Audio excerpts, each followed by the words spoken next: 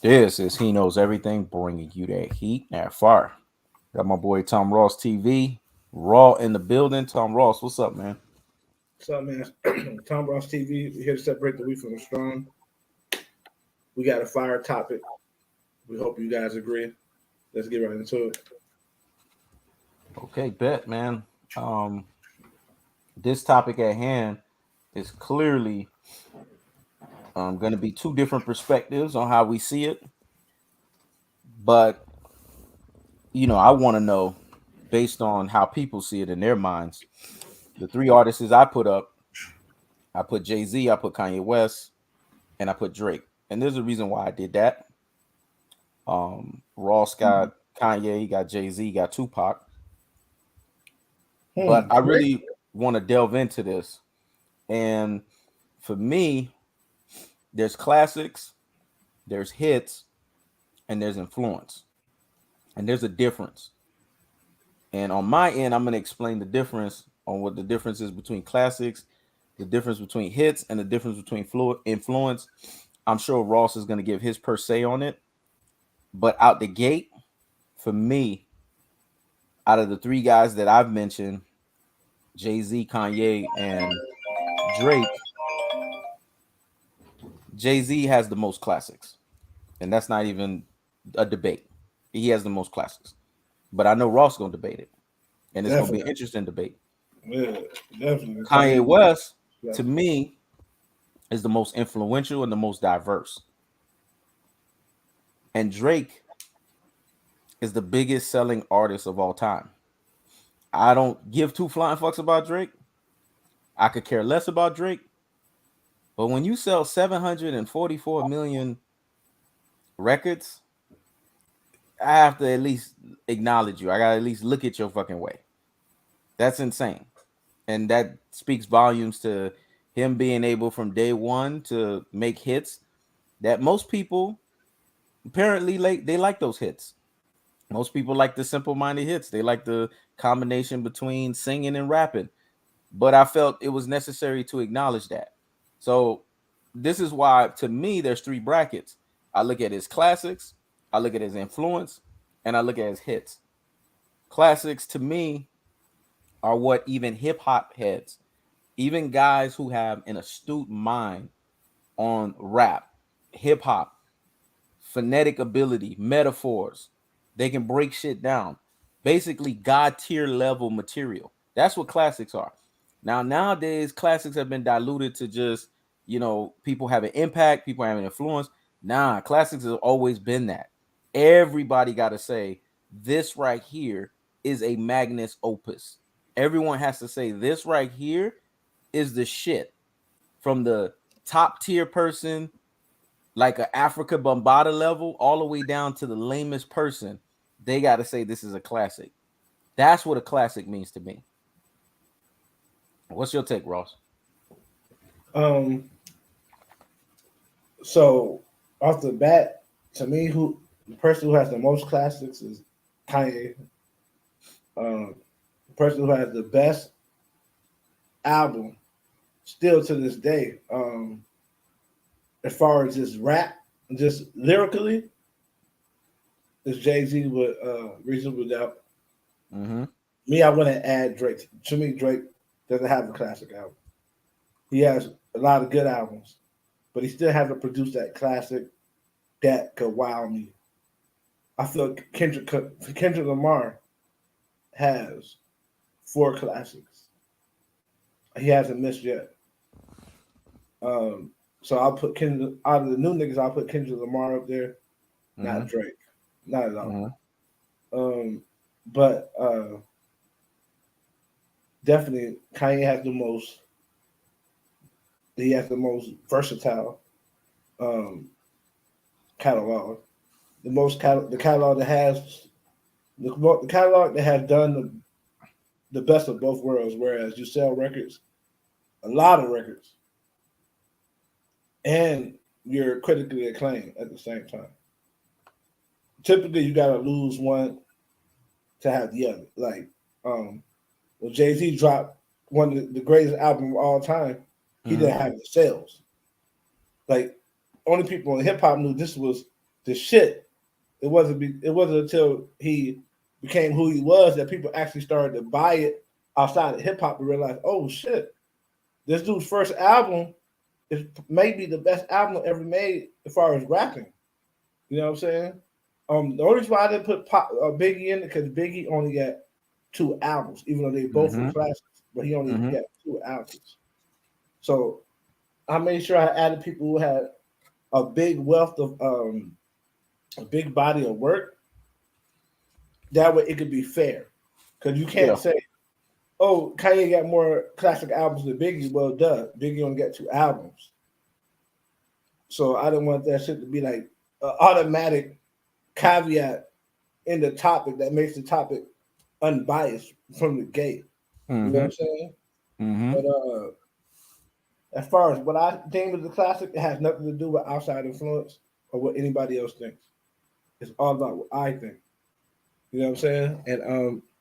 And what I think is the album must bring something new to my table. And my table is vast because I'm well read. I know a lot of things, so it must be able to make me think, Mm-hmm. not just not just give me a boost or make me feel something. It must be able to make me think, to make me reconsider things. The album it must take chances.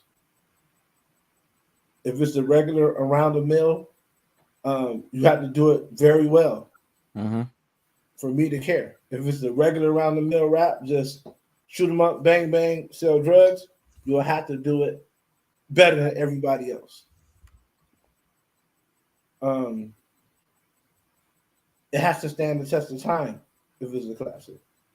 Meaning, it has to be still relevant as when you dropped it, as it is now. Mm-hmm. It has to be still relevant. And a lot of things, some people have classics for the moment it came out, but they're no longer classics now. If that makes sense, like as powerful as Get Rich or Die Trying was when it came out, you couldn't go nowhere without hearing it. Who still talks about it? You know what I'm saying? Outside of the hip hop, who still talks about it? I agree to disagree with that. Yeah, that's why we're here to disagree. Mm-hmm. People still talk about Reasonable Doubt. They still talk about Illmatic. They still talk about College Dropout. I'm talking about people outside of hip hop still talk about these things. They were that culturally influential. The reason So why I agree to disagree is because 50 Cent performed at the Super Bowl and he performed the song from Get Rich and Die Trying. Everyone knew what that song was, and they made a meme about it, and the shit went like hundreds and hundreds of millions of views because yeah, how he of looked was that memeable. album itself and how it infected people. And when you say 50 Cent, automatically people say Get Rich or Die Trying. So to me, that album is timeless. But Yeah, how he that's just looked. agree to disagree. Yeah, how he looked in the meme was viral. But before that, was anybody talking about it? I mean, who's not going to talk about Super Bowl performance? You could do. They was talking about Macy Gray singing the national anthem just 3 weeks ago because she sounded horrible. Whenever you do anything on the internet, if you look bad doing it, it's gonna be memeable. They're mainly talking about him looking upside down and how he's not the same anymore. So his face is fat and whatever. But I'm Mm-hmm. talking about on a normal day when you say like just now we brought the topic who got the most classics. His name wasn't mentioned, not even on my side. It wasn't mentioned on your side. You know And what I'm there's a saying? reason for that. Yeah, but I'm saying, but the fact that it wasn't goes to show you there's some things that are super, super hot at its time, but they transcend with a Mhm. small niche. They don't But transcend just because global. he wasn't mentioned, that doesn't mean that the music in that album was not timeless. Let's not act like that's not the case. I mean, I, he's just not mentioned because he doesn't have the catalog and the library that these guys that I've mentioned and you've mentioned. But that album, you can put it next to any timeless album and it will stand the test of time. I think I ain't making myself clear enough. There are some things that are transcend with a niche of people, Mm-hmm. a small group Mm-hmm. of people. They're always going to be timeless, but not globally. You know what I'm saying? There's You two making different. yourself very clear. I just see it Right, differently. right. I There's just two see it different differently. levels. So, I see what you're saying. I just yeah, see it differently. right. That's why I say there's some things that they're classics, but they're classics. It's like a time capsule for that time, but they don't necessarily transition over.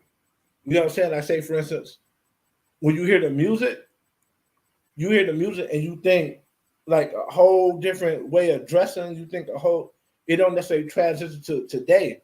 You have to go back and think. You have to go back mentally to listen to that music. Whereas what's being said Mm-hmm. is not necessarily you could actually apply it right now because it wasn't futuristic as far as speaking, but it was just so dominant in this capsule. I Like don't so, agree with that because the premise of the album is get rich or die trying. Everybody till this day is still trying to get rich or die trying. They just do it in a different way. They do it in a different way because social media is impacted and affected in a different atmosphere. But 50 Cent's whole premise is grinding and hustling. That's something that's timeless. It's never gonna go away. I'm talking about So the I music. hear what you're saying, Yeah, not but I necessarily the just time. don't agree with it. Yeah, I know you told me you don't agree with it Hmm. 3 times. I get it. You don't agree with Yeah, that's it. what we here. We here to agree to. If we gonna disagree on Yeah, something, we gonna disagree. It's yeah, agree to disagree on some things. It's gonna be like that sometimes. yeah. So what I was saying, damn, Hmm. that's when I get. Sometimes I lose track when I get interrupted. What I was saying. Oh, so when it comes down to certain music, it's like a time capsule, kind of like back in the day in grammar school when they were like, everybody draw a picture what you think 2000 gonna be, Hmm. and then niggas draw it, then they put it away. Then sometime, sometime later on down the line, they supposed to open that shit up and see, do it compare. There's gonna be one person who drew a picture that's gonna be exactly like what the fuck it is now. Hmm. That's why I've separated it. And there's gonna be somebody that's gonna draw a picture that's fire, but it's gonna apply to the 80s when your teacher asks you to do that. And when you look at that shit, it's gonna be like, damn, this was fire. But this you could tell this was the 80s and shit, right? It was glass, bottles of soda and blase. So that's what I'm saying. As far as the music, it was timeless. You couldn't go nowhere and not hear "Give Us a Die Trying." But as far as the music, you can "Give Us a Die Trying." The music is not futuristic enough to bang now on a global scale. Because if it was, people would be making music like that now on a global scale. Now, in contrast to that, when you take, say, an album like Yeezy that was so, it was 50 people like 50% people like 50% didn't like it because it kind of came too early. And now, 10 years ago, that shit bang now. 808s and Heartbreaks is how they make music now. They don't do it as good as Kanye, but they're lower iterations of Kanye now. Because some shit is just it's classic now and it's classic then. You know what I'm saying? It's kind of like Jeezy. Hmm. Jeezy shit was classic. The style of music he was making was classic then. But Jeezy can't make that music now and still be classic. You see what I'm saying? Because it I hear didn't what you're saying. right, I hear what you're it, saying. it didn't transcend over. But it was the shit. It was the shit when it was out. I hear what you're saying, but I think you're only looking at it from your lens. And that's why we all have different lenses. 50 Cent's music is still influenced till this day in terms of that album, not his overall catalog. Kanye West is his catalog. And that's why Kanye West overall to me is a bigger impact artist. Like if we're gonna talk about impact in terms of influence, in terms of diversification, Kanye West has him beat. But if we're gonna talk about that's what the thing with classics. Classics are timeless. I could take Illmatic and still play the shit now, and it'll influence people of certain genres in that moment of time, it will still influence people, because that's what a classic is. A classic is an album to me that when you listen to it, you don't get tired of the shit. You listen to it, you know exactly the mode you was in that mode if you were living at the time. And even new people, when they listen to the shit, they're like, damn, they go back and they process the shit. You have, artists that are out now, mumble rappers that are out now, that they go back and they listen to in the club. See, the reason why to me Get Rich or Die Trying is relevant is because 50 Cent has used the niche that when you look at it, is that niche has always been around. Tupac had that niche, L Cool J had that niche, 50 Cent had the niche, and you have some new rappers nowadays that have the niche. I don't keep track of the new rappers, but I've seen rappers that they don't have their shirt on. So that's something that they clearly got influenced by 50 Cent from. They walk around muscled the fuck up. So that has aged. Like if that wasn't something that didn't age, you wouldn't still see that style. That style was transversed over from the last person who did it. And the last person who did it at that level was 50 Cent. So if 50 Cent's music, Get Rich or Die Trying, died off, there wouldn't be an artist out that's out right now that wouldn't have that kind of image where they're muscled up, they got no shirt off, and they're performing. Clearly, there's an influence. Oh, I believe we talk about two different things now because No, we're influence, not. the We're not influence talking of the about two music, different things. It's just my way of seeing. right? My way of seeing how something in terms of in terms of an artist's um impact on their classic album, how it's aged over time. Right, Like right, right. you said that The image some albums, you said that some is one albums you can thing. only go through certain time lapses and time scopes, like the 80s or the 90s, and listen to it, and you'll remember that period of time. Nah, not when it comes to Get Rich or Die Trying. Get Rich or Die Trying, if I don't give 50 cents nothing else, that album right there, it could be 3022. That album will still have influence, in my opinion. It will still Yeah, have influence in influence. 3022. Yeah, yeah. There's people who wear do rags and shit under their hats and shit like that, but he couldn't make that style of music and bang today. He couldn't do it. That's the reason why he faded out because he never changed his style of music. That's what I'm talking about. But The club bangers, yes, but the gangster part, I agree with you. But those club bangers, man, club bangers are always gonna be what it's gonna be. Like in the club, that shit could age forever. But shit like Mini Men, that shit is not, that shit has a time limit. So I agree with you. Gangster music, it has a time slap on it. But right, his club music, that shit'll age forever. right. So that's why I'm saying not that he don't have an influence, Mm-hmm. because let's be honest. After Get Rich or Die Trying, as far as influence, he didn't have to make the massacre. After influence, after Get Rich or Die Trying, that was it. Because if we're talking about just the mindset Mm-hmm. of Get Rich or Die Trying, that's drill music today. So the mindset transcended. I'm talking about the style of music because drill music is based off the 50 Cent mind state Mm-hmm. of drill, but it just don't sound the same. See what I'm saying? Yeah. Now, the drill music, this is what I'm saying. What I'm saying is 50 Cent mind state and his Mm-hmm. image transcended, but his style of music did it. Now, if drill music was like sounding like boom, many men was there Mm-hmm. for me. Then I'll be like his music, the Mm-hmm. actual the same music transcended over. But yeah, his image is undeniable. Mm-hmm. 50 Cent's image is undeniable. That's drill music image. That's the shit Mm-hmm. he was doing. He was talking about shit that was happening in New York. Yeah. Probably shit he should have been talking about on Yeah. record. Niggas that really got shot, niggas that really got killed. But it's just the style of music was different. You know what I'm saying? Yeah. But as Yeah, far see, and as I didn't even remember, and I didn't even think of those. That's why I don't focus on current artists, Ross. But I'm glad this guy mentioned it. But guys like 21 Savage and Pop Smoke, they remix Many Men and remix a lot of iterations of what 50 Cent did. So to me, that album itself stand the test of time because people were able to take bits and pieces from that album and just remix it completely into new genres. So outside of that album, 50 fell off. But I'm gonna tell you where his fall off happened and why that, from a marketing standpoint, fucked him over. And you have credence to always talk shit about that. Is when he put himself So up against Kanye let's be West. honest. I'm not using this to take shots at no artist. This is my And no, real. I know you're not taking shots. I'm just saying, Yeah. the credence that he has, that you could have when you make the argument on Kanye.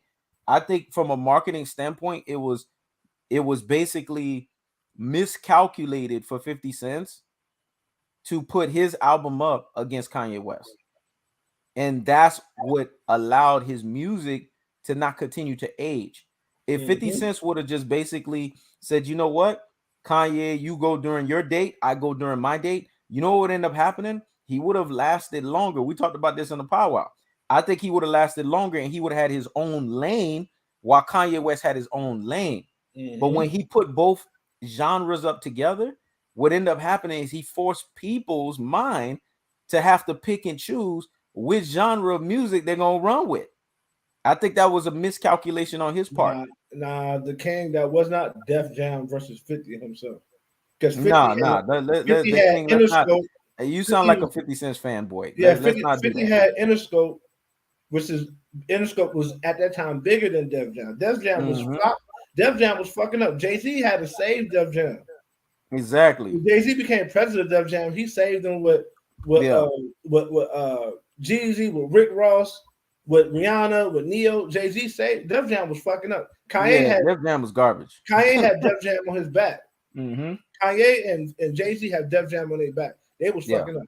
So that's wrong. But Yeah. Now outside of the massacre was a massacre wasn't no classic album, and I want to correct you on that, the king. It wasn't legendary, but it was a very good album. it was a very good album. Let's just be honest here. It was a It very was a good very good album. album. So fuck, It wasn't Get Rich or Die Trying. me personally, the reason why I think what fucked 50 up was a combination of things, with that being one. Mm-hmm. I feel like 50 did what he did what Alexander the Great did. Mm-hmm. He was spreading himself too thin by fighting way too many things at Facts. once, to the Facts. point it makes no sense to take a territory that you cannot defend. Exactly.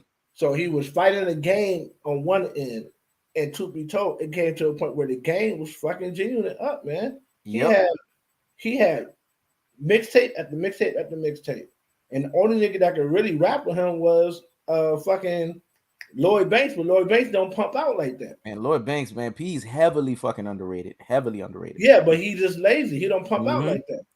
He can Yep. rap, but he's lazy. That's why 50 Cent said the niggas I grew up with, they're lazy, man, because That's they true. work. That's So true. so he had he had to deal with fucking the game, who was going crazy damn near every month with a new mixtape.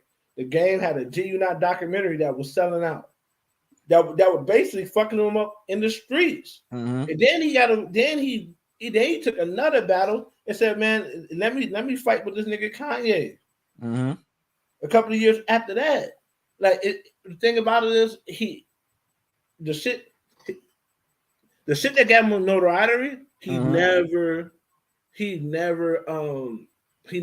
never wavered from. He still do this shit today when he picks shit with like 50. Like, he hasn't progressed mentally past I gotta start beefs with other prominent black people to stay relevant. I agree But with you. And I didn't like the fact that he stretched himself thin with Jada Kiss.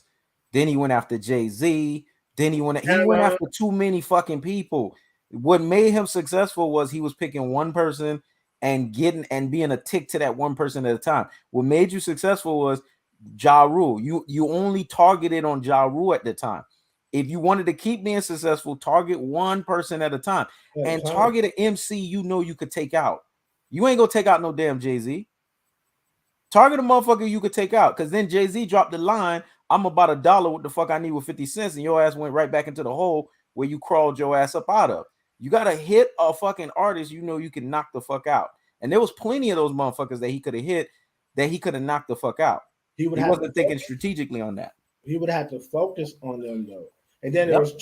there was two groups of people he was never supposed to go at it with anyway, because it would have been like it would have been like Mayweather Mm-hmm. instead of him fighting Pacquiao for 3 belts, going to fight Keith Thurman for nothing. Yeah.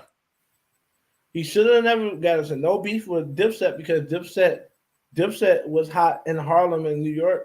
They wasn't going crazy. I mean, they was hot everywhere, but they was hot on a cult classic level, But not on a honestly, Ross, that would have been at a peer level for him where he could have took their ass out. Just it could have been his Magnus opus like Jay-Z did for Mobb Deep. That could have been his Mobb Deep moment. but he would have to focus on them though. He was doing Exactly. too much shit at once, man. Exactly. And then it's like if you know that because what happens, he bit off too much he could chew. He Mm-hmm. used to be the nigga that had all the jokes. But then he started fucking with a nigga who had jokes too, like Cameron. Yep. Like you gotta take Cameron out his element. Can't do what he does because he does what you do and he does it at a better level. Because Exactly. Cameron's more naturally funnier than you. Yep. So now you done bit off more than you could chew. Yep. You know what I'm saying? That's what really happened right there. But You got to treat him like he's a kid. That's what Jay-Z did with Cameron because when Jay-Z was at the height of his beef with Nas, Cameron wanted to insert himself in. And you remember the Sway and Tech interview where Sway was interviewing Jay-Z and Nas, and Jay-Z was like, that's not my priority right now. I get after that when I can get after that. So Sway, do you want me to drop a record? Basically treating him like he's a little fucking kid. Just say you want me to drop a record about him. And then Sway right. was like, yeah, Jay, I want you to annihilate him. And Jay-Z was like, that's not my priority right now. I'll deal with little children when it's time for me to deal with little children. There you have it. You got a lot of things. A lot of times the battle comes with knowing how to fight the battle, Mm-hmm. and it comes with knowing when to fight the battle, Yep. or and it comes with knowing whom you're too big to attack. You know what I'm Yep. saying? It was like back during the late registration graduation time. Mm-hmm. Benny Siegel, I guess he was disgruntled. You know, when people fuck up, they don't look within themselves. They Facts. look at people who they think that can help them out. And he started going on a rampage about, Jay Z left him stranded and Kanye West, he was really a fag that out here, was a fag I had to go save and just trashing Kanye. And Kanye's like, you know what, man, that's my brother. I know what he's going through, but I ain't about to say nothing. I ain't about to deal with that. Want to know Mm-hmm. why? There was nothing for Kanye to win if he deals with that. Because ignorant niggas gonna side with ignorant shit no matter what. Facts. And when you futuristic, you can't be trying to come down to ignorant niggas levels and trying to get them on board. You have to just keep doing futuristic shit. And hopefully they'll Mm-hmm. pick up and be like, damn. All right, I've been hating on this nigga all his career, but this nigga been calling all this shit. Let me stop hating on him. You Yeah. can't come down and say, let me beef with, because at that point, Benny Siegel had fell all the way off. Because he didn't take all the shit that he had did with Dame Dash. He went to jail after all that shit, and when he came back Mm-hmm. home, he didn't change. So he had felt all the way up. There's nothing for him to win if he beats with Benny Siegel because Benny Siegel raps better than him, but he don't have nothing to lose. And the beef is emotional because Mm-hmm. now look at Benny Siegel now. He had to come back and he had to admit he was wrong, and now he needs help from Kanye. You see Yep. how you win just by staying focused on what you have to do. Yep. That's why I always give him a extra salute because streetwise, I have a lot in common with Jay Z streetwise. But now when I say that, don't get it twisted. Jay Z was like higher echelon bricks and pounds and shit. So I'm not saying that. I'm just saying I understand that mindset naturally too. You know what I'm saying? Mm-hmm. And as far as rap, that's the mindset I was introduced to because I came to prominence in rap during the gangster rap era. Mm-hmm. So until I learned what hip hop really was, I thought gangster rap was hip hop. Once I realized what hip hop really was, I realized Kanye West is just as much as hip hop as Jay Z is. You know what I mean? But I understand that Shit, mindset. even Kanye understood Jay's street credibility in Life of Pablo when he rapped and he said, I know you got killers. Please don't have them come through my doorsteps. Yeah, that's how you do that because then if something happened to you, it keep people from even doing shit that they probably weren't even thinking about because it's Mm-hmm. out in the open. Yeah. Now if something happens to you, they'll be like, oh, he did say this, you know what I mean? So now you gotta You got he playing chess, not checkers. Mm-hmm. So going back to what I was saying, when it comes to that type of mindset, you can't beef with just anybody. You have to know what you have to know is the juice worth the squeeze. The juice was worth the squeeze when Kanye was beefing. See, Kanye know who to beef with. He beef with entities and industries. He don't even beef with rappers. He beef with Nike. He beefs with politicians. He beefs with the president, not rappers. Because he realized that the juice ain't worth the squeeze with just a regular rapper because I'm global. I'm trying to get into fashion. Why I'm gonna beef with Cameron? Cameron, I'm gonna beef with Louis Vuitton. I'm gonna beef with Fendi. You know what I mean? I'm not gonna And beef and, with and Jay-Z. yeah, yeah. Well, Jay-Z ain't in fashion, but that's more so similar rivalry. One nigga No, trying to I'm say just saying, like in terms of yeah, a rapper, he's probably the yeah, only rapper that he's beef with. yeah. But I wouldn't even call that a beef because they never really got personal. It was more so that was more competition than anything. Like Jay-Z never came out and made no diss like he did in Nas like takeover on Kanye. Yeah. And Kanye never came out and just said fuck Jay-Z, blase, blase. It's been all what you would call a sibling rivalry. Like playing basketball with your brother in the Mm-hmm. backyard and shit. Y'all might get rough and tumble, but you're not gonna beat the fuck out of your brother like you'll beat the fuck out of somebody in the street. Cause that's really beef, you know what I mean? But the But Ye got Jay-Z, personal. Ye got personal on the Life of the Pablo tour because Jay said you brought my family into it. That's why Jay felt the need to say what he said in 444 because he said you brought the family into it. So he did. Ye did take it personal. He took personal shots at him. yeah, I still don't see that as a personal beef. I still don't see that as a personal beef. That was that's not a personal beef. When it comes to hip hop, when shit get personal. Like nigga, I'll kill you. That's why I fucked you. Like Pac said, I fucked your bitch, you fat motherfucker. It never got to that level. I think the way that we've always seen the mindset of beef with like Pac, Biggie, Jay-Z, and Nas, this shit is like nuclear level. I look Yeah, at yeah, it, to yeah, me, it was like a gentleman quarterly fashion. It was a GQ beef. That's how yeah, I yeah. look at it. I Yeah, still think it was a beef Hey, because they went a period of time they didn't talk to each other. You was on your side of the aisle. I was on my side of the aisle. We was both doing our own shit, and there's elements of it. The way that I look at beef is if did we get personal? There was elements of it to me. They got personal, both of them. And there was an interview that Jay did. I forgot the name of this guy, but he's a renowned journalist or some shit like that. And Jay said, yeah, it was personal for me too. You know what I'm saying? So I feel like a beef, anytime motherfuckers get personal, even if it's like at a clean level, I still feel it's a beef. And yeah. did I it mean, was it as nuclear as those types of beefs? No, it wasn't. yeah, not me, because me and you have gotten personal before. I never felt like we were beefing, because I know the level I go to when I'm beefing, and when But I'm beefing, we never attacked. The thing with yeah, us, yeah, yeah, yeah, we never took it to family. Like you never came after my family. I never came after your family. It wasn't nothing like that. There was no shot. So that's why I looked at it. It was just a back and forth. But them, it was the shit was personal. Like you talked about, you didn't show up to my wedding. You wasn't my best man. You didn't support me. The shit got personal. You know what I'm yeah. saying? So to But me, I but looked at it was a but if little you bit of a ask beef. me, I feel like that's a disconnect I have with this world that I live in. Mm-hmm. Is that they wanna they wanna control how you express yourself when you're a rapper. He could have put all that in a song, and niggas be like, "Oh, that was dope." Blase, blase. He put a lot of personal shit in Big Brother. Niggas accepted it, but the Mm-hmm. moment he spoke without a beat behind him, niggas said, "Oh, he's ranting." And he's no man. He said, "Man, I was hurt. You're my brother. Why didn't you come to my wedding? I Yeah. don't get that.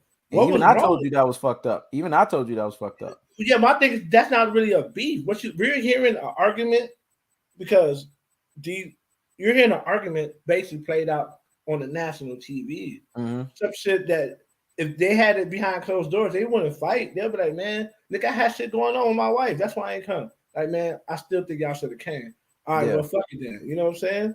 To me, But the that to rules, me, the beef rules of between engagement and back and forth, right, is just don't bring the family into it. He brought the family into it, man. You mentioned Beyonce, like that to me. That's when I could say I'm not gonna sit here and say it's nuclear, but I'm gonna be like, okay, Yeah, that's like a small level beef because you took it to a personal level that really could Ye have made the decision to not do that, but Ye's a calculated dude, and there's a reason he really wanted Jay to feel his pain, and he felt at that moment that was the only way Jay was gonna feel the pain and Jay was gonna respond. So he took it there. I think that's what he did in that moment. I think that was the calculation. But to me, I think I wouldn't say it's nuclear, but I would say it was like a sublime beef. That's how I look at it. yeah, Sublime. yeah. To, yeah, to me, if it's not if it's not something that you can't come back from, Mhm. then it ain't beef. But But Jay and then Nas again, came back. Jay and Nas came back. They so many years later on Sway, Nas shows up and he becomes an artist on Def Jam, and that shit was way worse. So you can come back from a beef. yeah. But think about it, man. Mm-hmm. Think about it. Those are words. Those are words said Mm-hmm. that they never gonna sit right with you. You know what I'm saying? Mm-hmm. Like it's never gonna be the same again. And then it it's easier for you to say, "Oh, I forgive you now," or "It's cool now." When you had to come back and you had to work for me, because now it's kind of like I'm getting my get back because you got to work for me now. You got to humble yourself and work for me. There's still inner things, and you can see when they rap that they Mm-hmm. still have inner. It's a still inner thing. There's no we all just we brother to brother. It's still an inner competition there. You know what I'm Yeah, it saying? is. Yeah, Because when Jay hit that line and said, "Cause you know what and you know who, let's keep that between me and you." That shit went nuclear from that point. It went nuclear yeah, because Nas knew exactly who the fuck Jay-Z was talking about, the baby mama situation, and that shit elevated from there. It went bad. It just went bad from there. yeah. You know what I'm saying? But and that goes to show you, and that's the type of shit that I consider a beef to me. Mhm. You know what I mean? 'Cause I really don't think Jay Z views Kanye West as an enemy. He doesn't.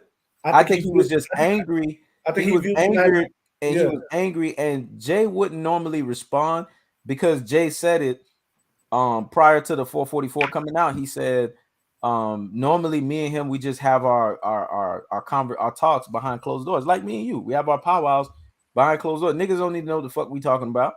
That's how it was with them, right? But when Ye ranted the way he did on the Life of the Pablo tour, Jay said that wasn't normal. That wasn't like a okay, I need to talk to you behind closed doors. Now you bringing my family to shit. Now I took it personal. So Jay was like, "Now I had to go on wax." Basically, he felt he needed to go back and say something. And to me, when I think of music and I think of beef, I think of okay, if artists trade bars musically, even if it's at a small level, that's a beef because they were able through their music. You said something on your record, I said something on my record. Now, am I gonna sit here and act like it was the great? It was like the most nuclear, the greatest beef. Was it on Ice Cube versus NWA level? Fuck no. But the fact that they traded records, I thought it was ingenious. But that could be considered a sublime beef in my from my estimation because they didn't yeah, even have to trade records on that shit. They could have yeah, just talked about that shit behind closed doors. yeah. I look at it like a cold war, Okay. like a cold war. There's Okay. actually there's animosity between people that are doing a cold war. And what Mm-hmm. they doing really is setting themselves up just in case there's a real war. Yeah. You know what I mean? It's not, but it's not really actually like I believe during that real beef that Nas and Jay Z got mad enough to they would do something to each other if they was in the same vicinity. They would because They would. Nas talked about when he had the what they call that shit, the summer jam, the shit they used to always do in New York. I forgot the name of it, but you were correct. Summer Jam. Yeah, summer jam. Nas said he had his goons there, man, and Jay had his goons, and they were ready to throw down because Nas was getting ready to perform, and Jay was supposed to perform right behind him. And what's her name at the time? Because she was what the Breakfast Club is right now, right? Angela Yeah, Martinez or Angie Martinez. And she yeah, was like, yeah, man, at that time it was getting to that point because Jay mentioned what he mentioned about the baby mama. And You could tell Nas had some beta male elements to him, because when Nas exacted some of his anger towards Jay-Z on the baby mom, he was beating her.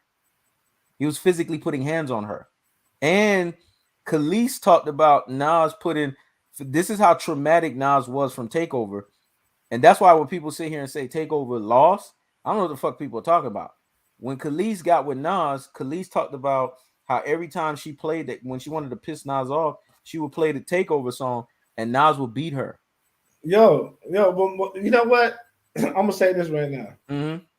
A lot of chicks, I don't hit women, but I be seeing Mm-hmm. why niggas be doing what they doing. Because Mm-hmm. why you being so disrespectful to your own husband? Yeah. You'll play a song that you know is traumatizing him. Mm-hmm. You know what I mean? He Oh, could, I'm not saying that I don't. I'm not saying I don't side with Nas. What I'm saying yeah, is yeah, the yeah. takeover had more of an impact than people thought it was. Because you know how people said Ether was a clear cut winner. But if it was, It why is wasn't. Nas traumatic? Why is Nas having trauma over the It, fucking takeover? my thing is, I'm quite sure when Jay-Z here, I'm quite sure Jay-Z don't want to hear either. I'm No, he quite don't sure. want to fucking hear Ether either. And my thing is this: in New York, Jay-Z had a lot of niggas who already wanted. When you win for so long, you have Mm-hmm. people who want to see you lose. Mm-hmm. Kanye, black people want to see Kanye lose Yeah. because he's been winning for so long. They Yeah. want to see him lose his children. They're happy he's going through a divorce. The majority of black people want to see Kanye West lose because they cannot relate to success. Ross, Jay I Z, just need to do one interjection, please. Please let me get one interjection, because I'm tired of people saying Nas, Ether, Jay-Z. Trips winner, please listen. And I will not interrupt Ross like that ever again. Trips winner, you got to understand. Jay-Z did not lose that battle. Jay-Z's takeover saved Nas's career. Jay-Z just did a few bars. Nas did a whole record. Jay didn't even give a whole fucking record. Like he said, I threw half a bar at you, man. I don't know what y'all talking about. Y'all need to go and look at Jay-Z's takeover and look at Nas's Ether and see that Jay-Z did not dedicate the whole album. Jay was taking shots at multiple people. Mobb Deep, a lot of motherfuckers in New York, rappers that y'all didn't even fucking know he was talking about. Nas went ahead and did a whole album, Ether.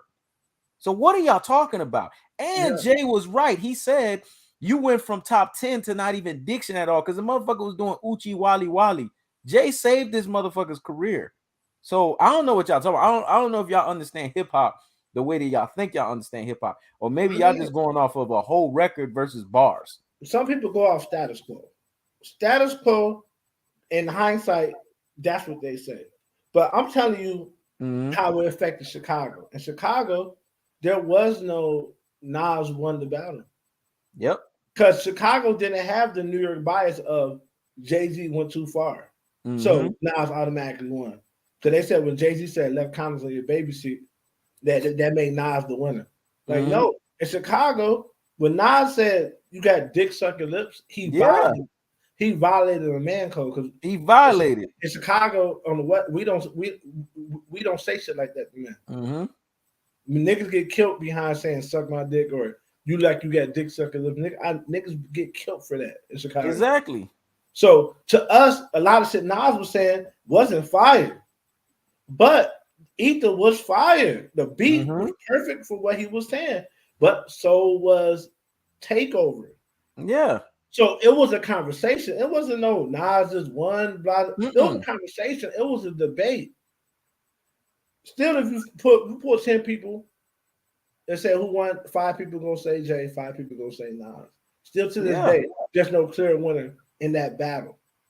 There's no clear winner in that battle in Chicago. People need to realize that battle was bigger than New York. New Yorkers like to say, we say this, so this is what it was. It was a 51-49 thing in New York City. New York Yeah. City was split, Yep. slightly favoring Nas. Yep. But these guys have became national with that beef, so it's bigger than just New York City. Yeah. Everybody in Chicago didn't think that Nas won that shit, and people all over the place didn't think that because we didn't have those stipulations that New York had. Like Mm-hmm. when they said, oh, they won't let Nas hang Jay-Z, we was like, why not? Yeah.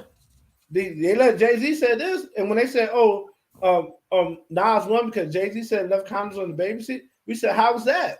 Exactly. Then Nas said Jay-Z was a fag and he got AIDS Yeah. on Ether. Yeah. So Basically said that Jay was in Fox's puss. Come on, man. yeah, He went. He took yeah. some fucking shots. So the thing, Basically saying back in '88 you was getting chasing your bill. That motherfucker was getting personal. yeah, and thing about it is this: what people need to realize is you might come from a small city, so you might not get it. You might come from a country bumpkin, so you might not get it. Mm-hmm. But New York City don't run America, man. Mm-mm. New York City run New York. That's it. New York niggas in Chicago don't give a fuck about New York City like Mm-mm. that. Niggas in Florida don't give no fuck about no We damn New like York. their music, but to us, we more influential than them because they have Mm-hmm. our gangs. We don't have there. There is no New York City gang in Chicago. Yep. There ain't no LA gang in Chicago. Ain't no Bloods and Crips in Chicago. There ain't no New York gangs in Chicago, man. We Yeah, don't there do ain't no shit. Porter. There ain't no Porter Miami in no fucking New York. Shit. You know what I'm saying? So we don't. They don't influence us like we influence them. We Mm-hmm. influence the way they behave. Drill Yeah. music is from Chicago. Yeah. You know what I mean? So we don't look at them like everybody else. To Yeah. us, what we say matter.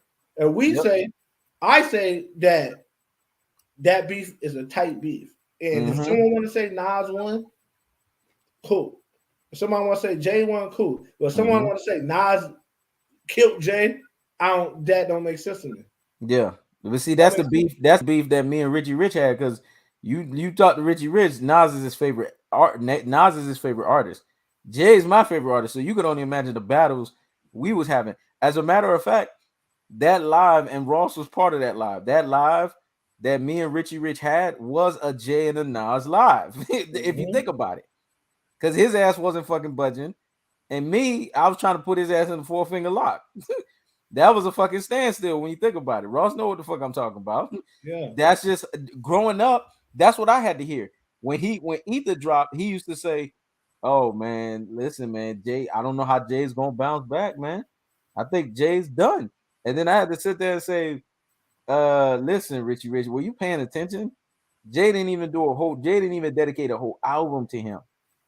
Jay talked about so many motherfuckers on that in the bars. Like the person he really crucified was Mobb Deep. Mobb Deep didn't recover after that. If Right. Jay was if Jay could go back, and Jay will tell you, if he can go back and change it, he'll throw a few more bars Nas's way. And I'm telling you, just the little half a bar that he threw at Nas touched up Nas to the point where Nas said, and when they asked, because I remember Sway asked Nas the question, you could tell Nas had a hiccup moment.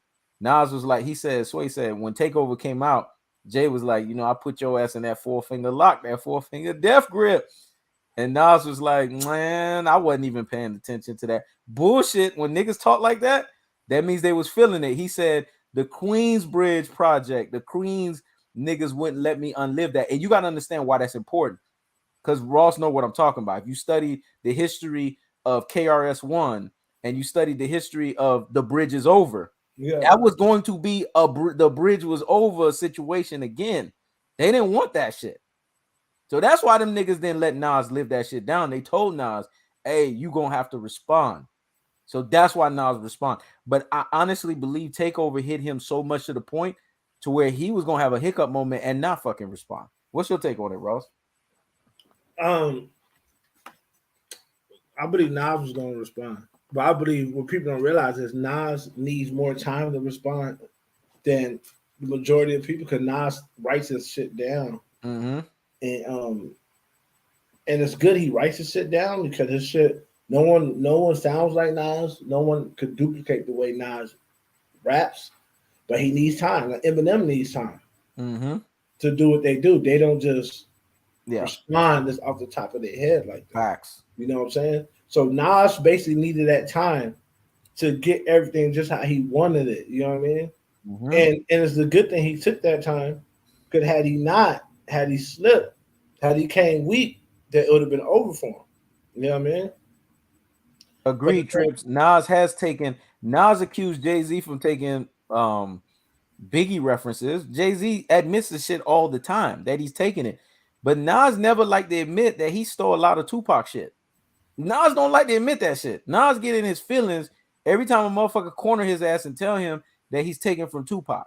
He get in his But fucking feelings. that's the thing. Nas took a book out of Michael Jordan.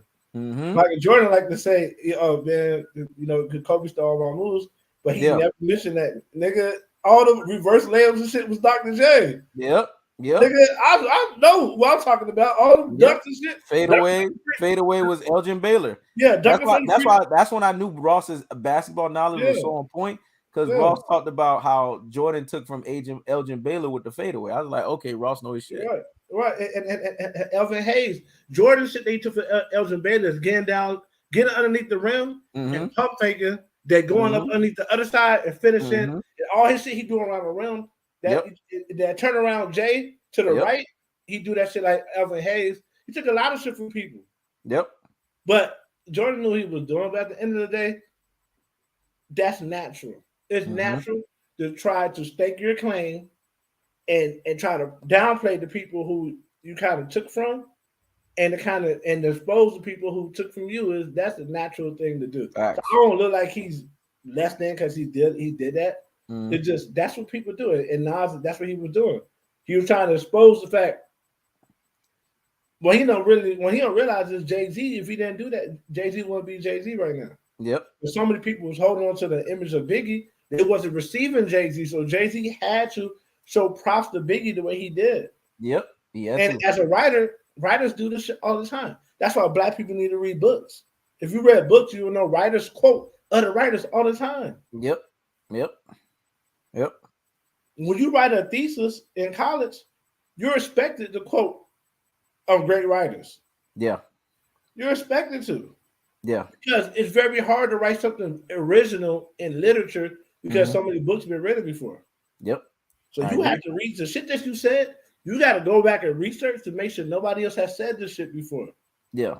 Or else you get hit with plagiarism. Yep. So only in hip hop are you expected to say something nobody else said before every time you open up your mouth. Facts, which is bullshit.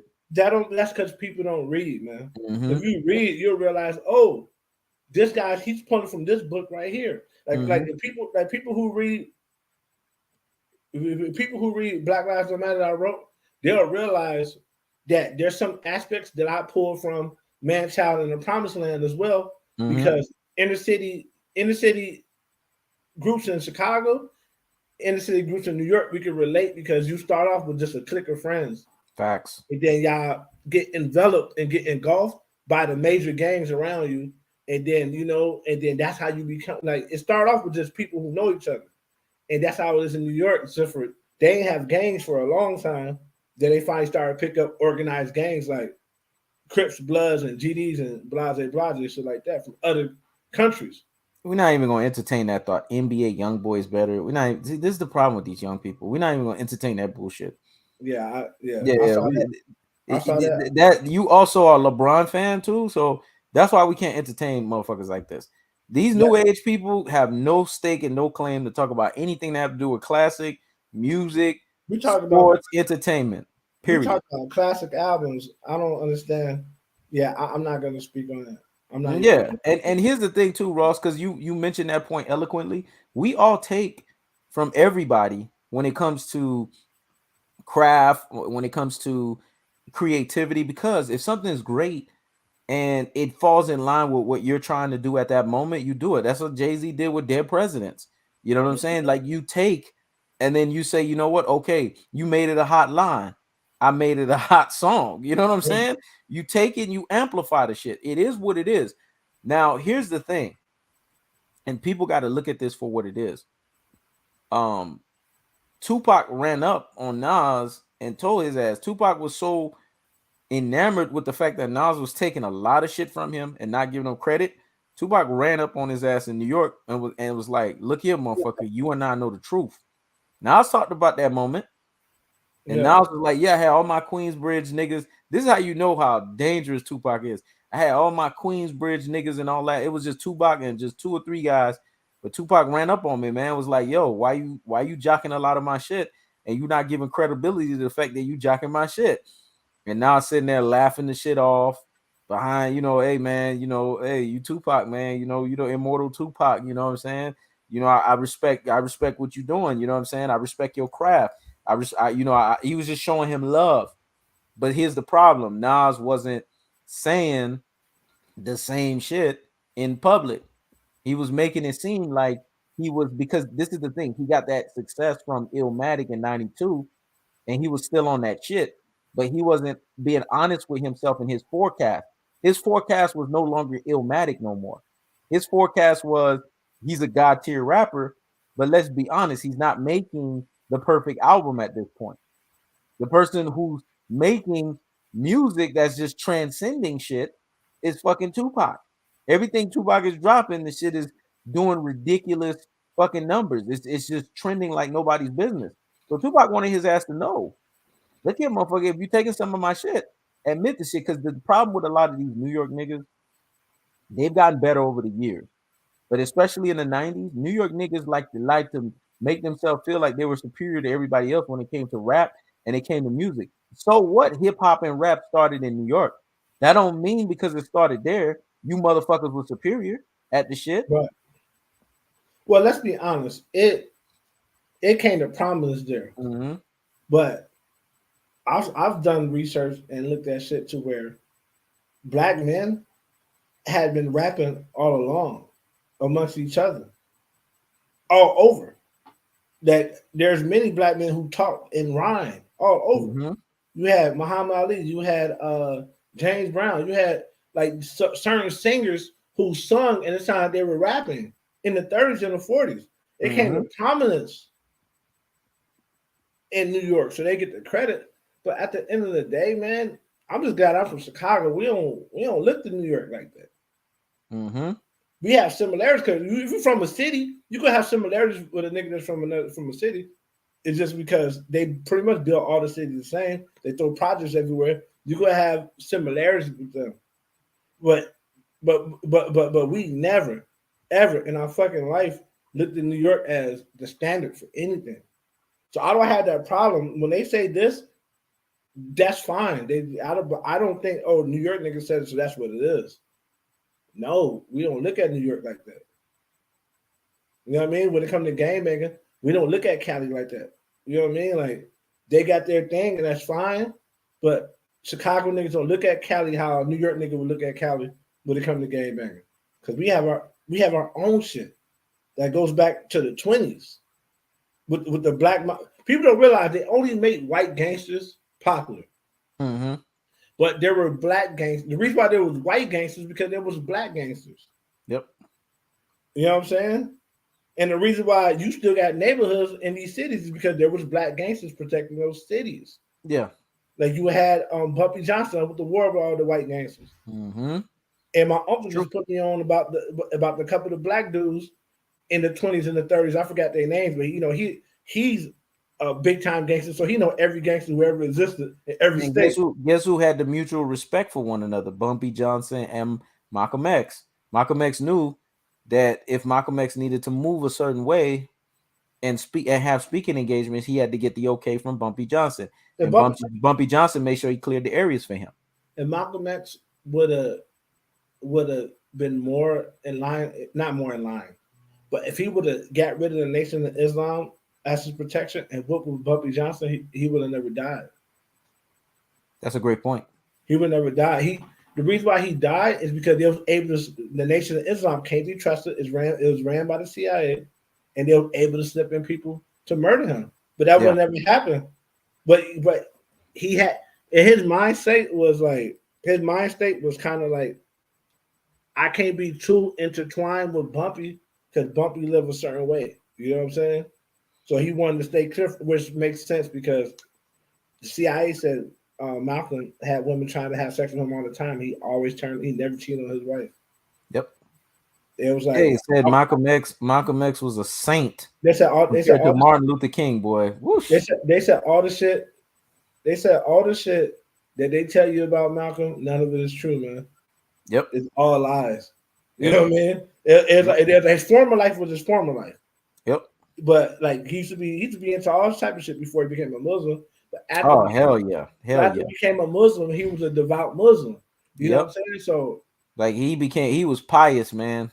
That motherfucker, and I think that was the respect level that I have for him, that I just could never get past that same level of respect for Martin Luther King, because at that level and what you was doing for your people and the way that you were moving, for it's like the roles reverse, right? Martin Luther King got all of the mainstream accolades and the mainstream celebration and the mainstream streets and all of that, but really the person who did the work mainstream wise was Malcolm X. This is so interesting. And the person who does the mainstream work gets basically the most polarization and gets more of the, basically we're gonna have to shoot him down and try to make people forget his legacy, so to speak. I went through phases with Malcolm. I mean, with Martin Luther King, I went through phases. I went through a phase where I didn't want to respect it, period, because he was preaching non-violence to your enemies, which Mm-hmm. the Bible don't preach that, man. Mm-hmm. Put non-violence to people. Let's say if he knows the sports, my brother, another Hebrew, becomes an enemy of mine. I'm Mm-hmm. supposed to do everything within my power to keep from doing physical harm to him unless I'm defending myself. Mm-hmm. Non-violent towards your own people. Your enemies is your enemies. Think about it. How many people did David kill? How many people did Samson kill? Those are their enemies. Ooh. Your enemies is your enemies. You get Those down are the with it. two. I'm glad you mentioned them too. Those are the two greatest warriors in the Bible, man. I'm Right, glad right, you mentioned right, them. right. Your enemies is your enemies, but your people, you supposed to be slow to anger, slow to wrath with your Mm-hmm. people. So my thing was I didn't like that, but I had to realize there's a reason for everything. Mm-hmm. If you raised by slaves, you have a mindset that you can't fight your master, man. Facts. They still was fucked up thinking they had a slave mindset of the house nigga of man, like I gotta out trick master. I can't go across his head. Yeah. The field nigga didn't have that mindset. Mm-hmm. The field nigga was more afraid of the house nigga than he was master because he knew he couldn't plot or plan anything because the house nigga knew everything. So the best people don't realize field niggas was ready to get down. The only thing that kept them from getting down was they knew they would have to kill their own brother to get down. Salute the trip winner for the for the you know what I mean? She said I got another one coming to Tom on his channel. Best I can do for now. What you mean by that, Trips? I'm trying to understand that. Oh, he or she's on my channel trying to super chat. I don't know. I'm not monetized, so they're not doing it. You just send it to He Knows and shit, and we split it. Yeah, Just, yeah. Just yeah, send it over here, and I'll split it with them. yeah. So it's like this. Damn that Salute shit. to Trips winners for that. Yeah, Those the other people that's listening, make sure y'all donate both ways, man. Salute. Yeah, what were you saying, Ross? yeah. Trips Wonder. Go back to He Knows in Sport and just send it there. We split our cash apps on his thing when we Yep. together. But Yep. so what I'm saying, damn, I hate when I get interrupted and I'm in the what's the name, man. Well, this one was a perfect interruption because someone actually donated. Yeah. You was talking about your struggles with Martin Luther King. So as I became a man, I had to realize that there's a psychological thing that was going on, Mm-hmm. and white supremacy capitalized on it because if they're going to have a Negro rebel, they're going to have a Negro rebel in a nonviolent way, like the house slaves used to do. Act like he was sick, act like he couldn't do the work. That's how he rebelled. Mm-hmm. They would rather that than have niggas fighting. They didn't want no more Nat Turners. So that's why they gave Malcolm X so much praise. Blase, blase, blase. Not Malcolm X, but Martin Luther King so much praise and try to shit on Malcolm because it was the best. They were choosing the best of two evils Facts. in their mindset. You know what I'm saying? Well, people don't realize when it comes down to that, Like we're gonna get back on the hip hop shit. But when it comes down to that, that's when I had to say, okay, I still don't agree with what he did, but I understand the mindset behind it. When you look at the white man as a superior than you, that you need to live up to, it'd be hard for you to fight against somebody you think is superior to you to do them bodily harm. Malcolm X didn't see white men as superior to him, so he saw it as if you hurt me, I'm gonna hurt you. Facts. And Malcolm X had a better understanding of the Bible than Martin Luther King did. Yeah. Martin Luther King had a Christian understanding. The Christian understanding is globalized. Mm-hmm. Malcolm X had an understanding that there's certain people this Bible is talking about. Mm-hmm. And one of his last speeches was the Valley of Dry Bones, where he started telling black people that you are the Hebrews, you this, you that. This is why I'm a Muslim, but I'm a Hebrew, and this is why they doing this, is why they doing that. Then he was murdered. Mm-hmm. You know what I'm saying? Then he was murdered because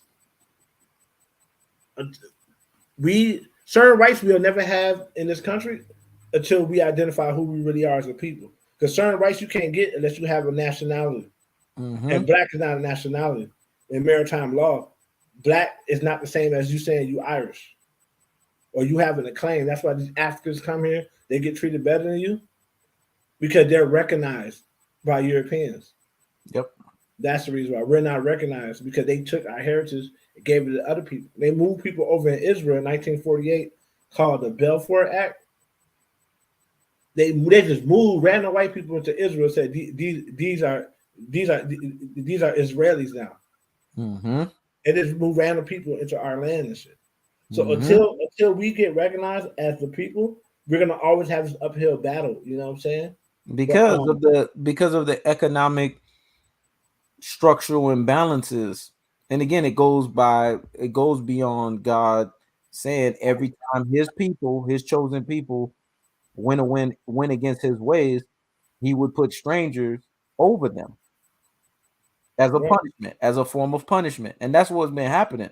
The form of punishment putting over. It's not because God is doing that off of the strength of doing that. It's because of the fact that his own people are not adhering and following and prescribing to his covenants.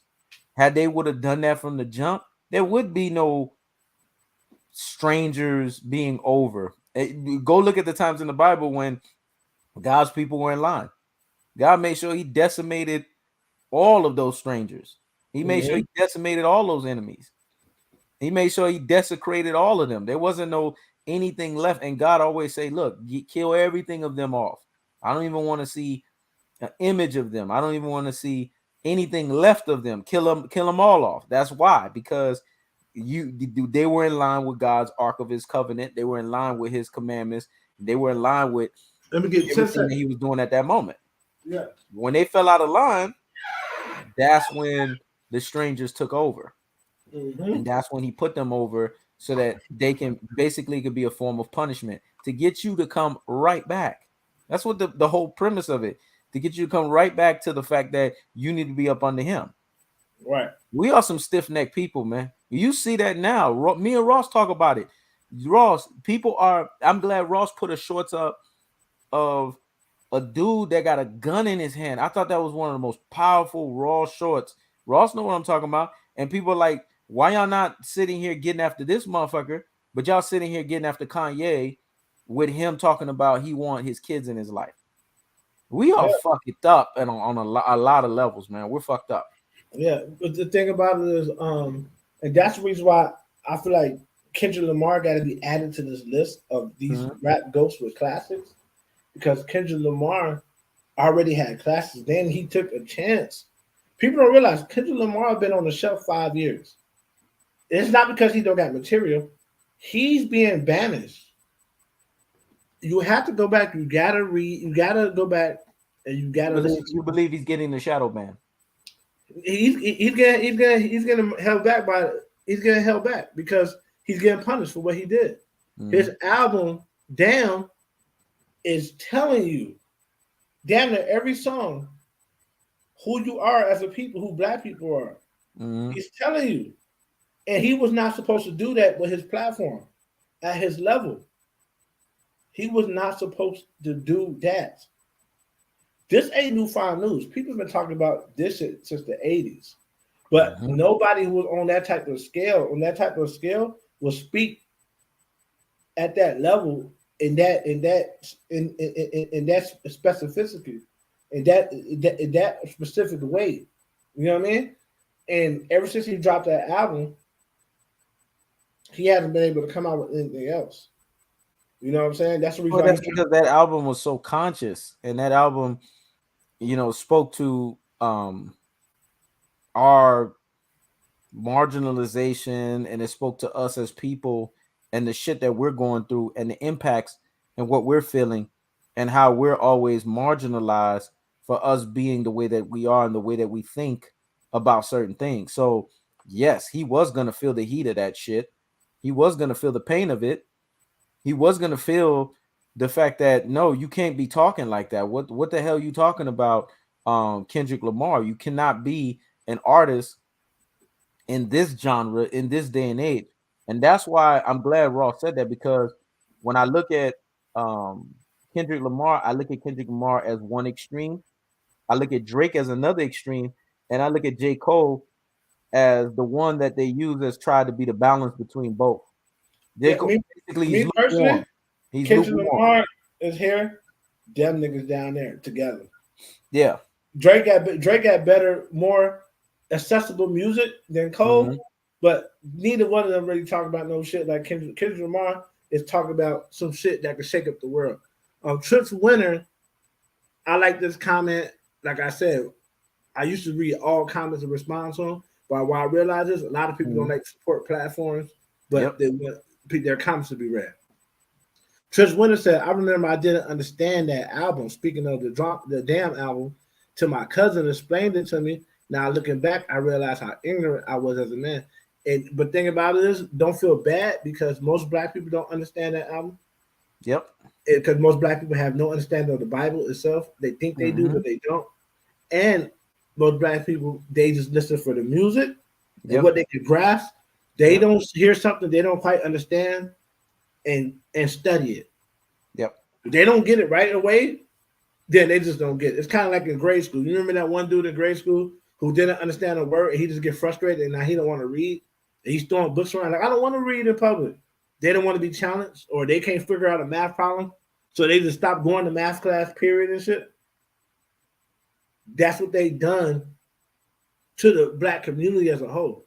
They Yep. made us as a whole that frustrated kid that if I can't get it right away, then it ain't for me.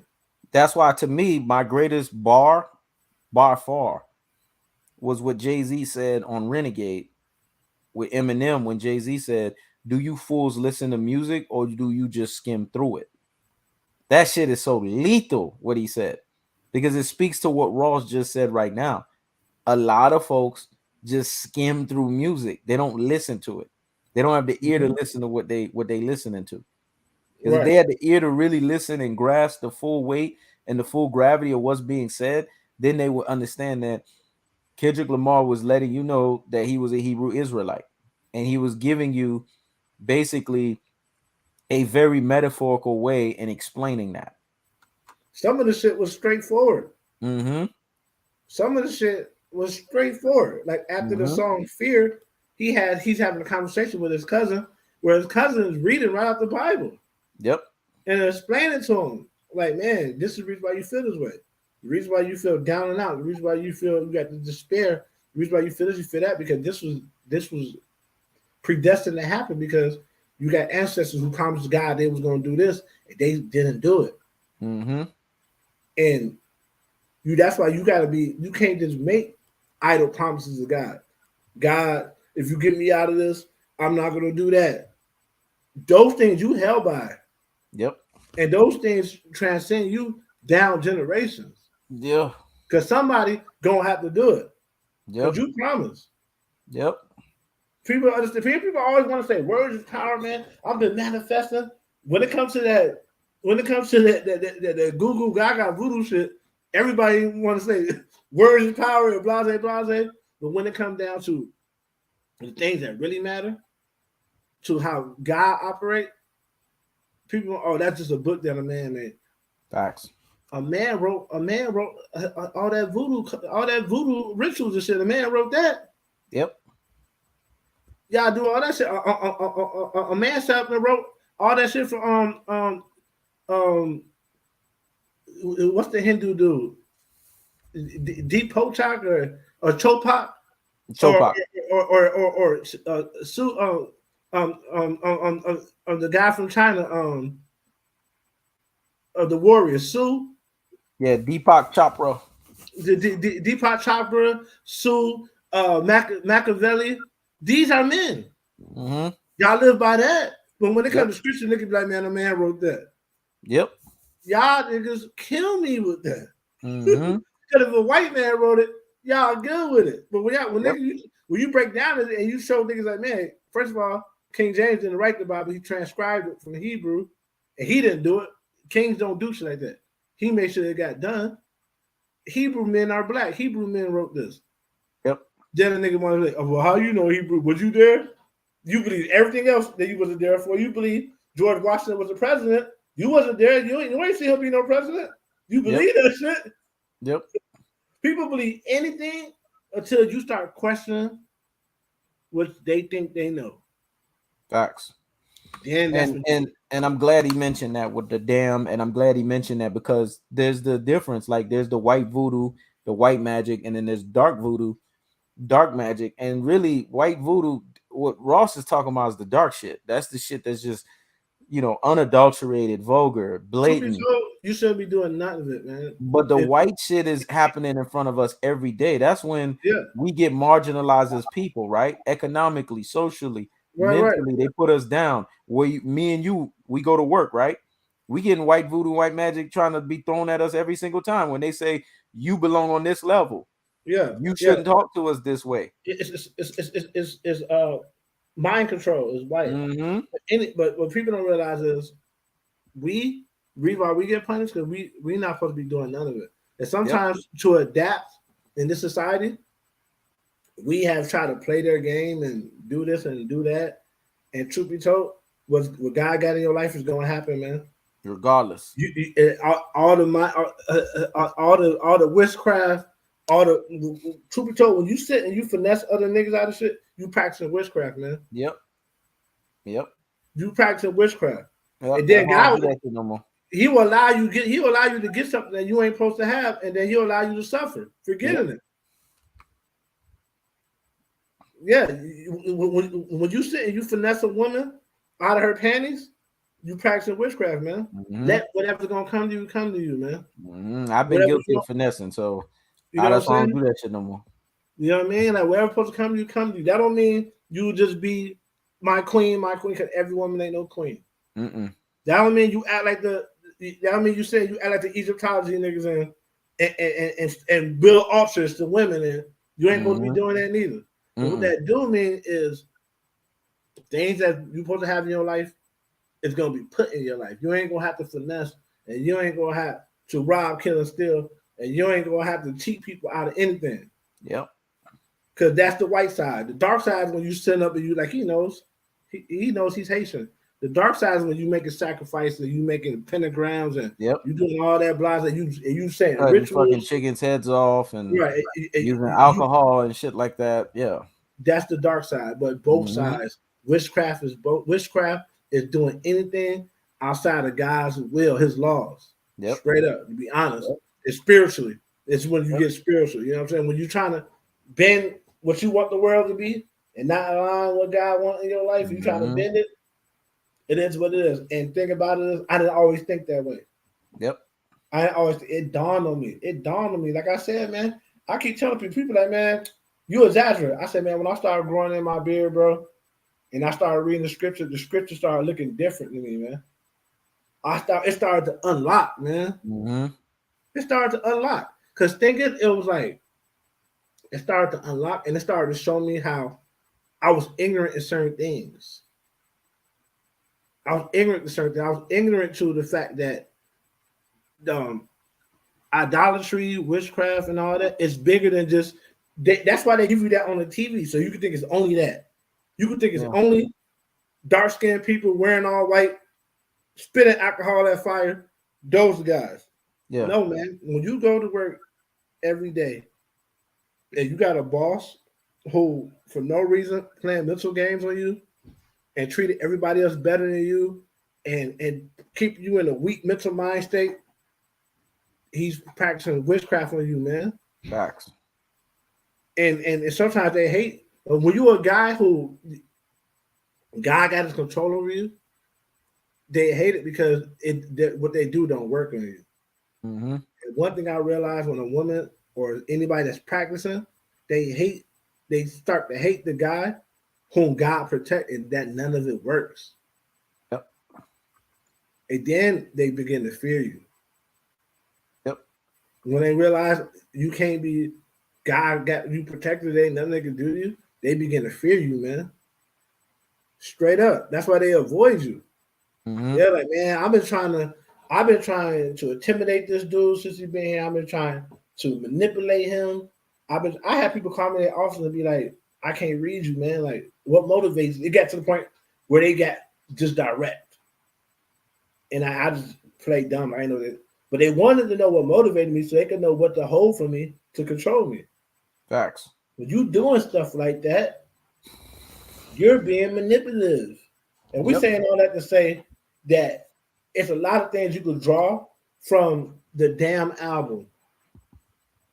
There's so many things you could draw from music if you actually listen to what being said and you actually think about the person who's saying it. Like Mm-hmm. Jesus, when Jesus came out, half the people didn't know what Kanye West was talking about, but half the people didn't understand. They didn't understand they was marginalized their whole life. They didn't get it. Yep. We've been under witchcraft our whole life. We think it's right for people to tell us what we can't do, how far we'll go. Some of us was marginalized by our own parents, telling them you never gonna be shit. Mm-hmm. That's a form of witchcraft. They're speaking that on you. If they didn't look back and say, man, such and such been in jail all his life. Yeah, you've been telling me he never gonna be shit since he was 3 years old. You spoke that on him. You know what I'm saying? My two hardest messages that Kanye West talked about in Jesus was when he said colorism is the new racism and self-hate is the real estate of racism. When Yeah. he said that, man, I was like, okay, That this shit went dude over ain't playing. He that shit ain't went over playing. people's heads. He ain't playing. He ain't playing Yeah, when he said that. He wasn't yeah. fucking playing.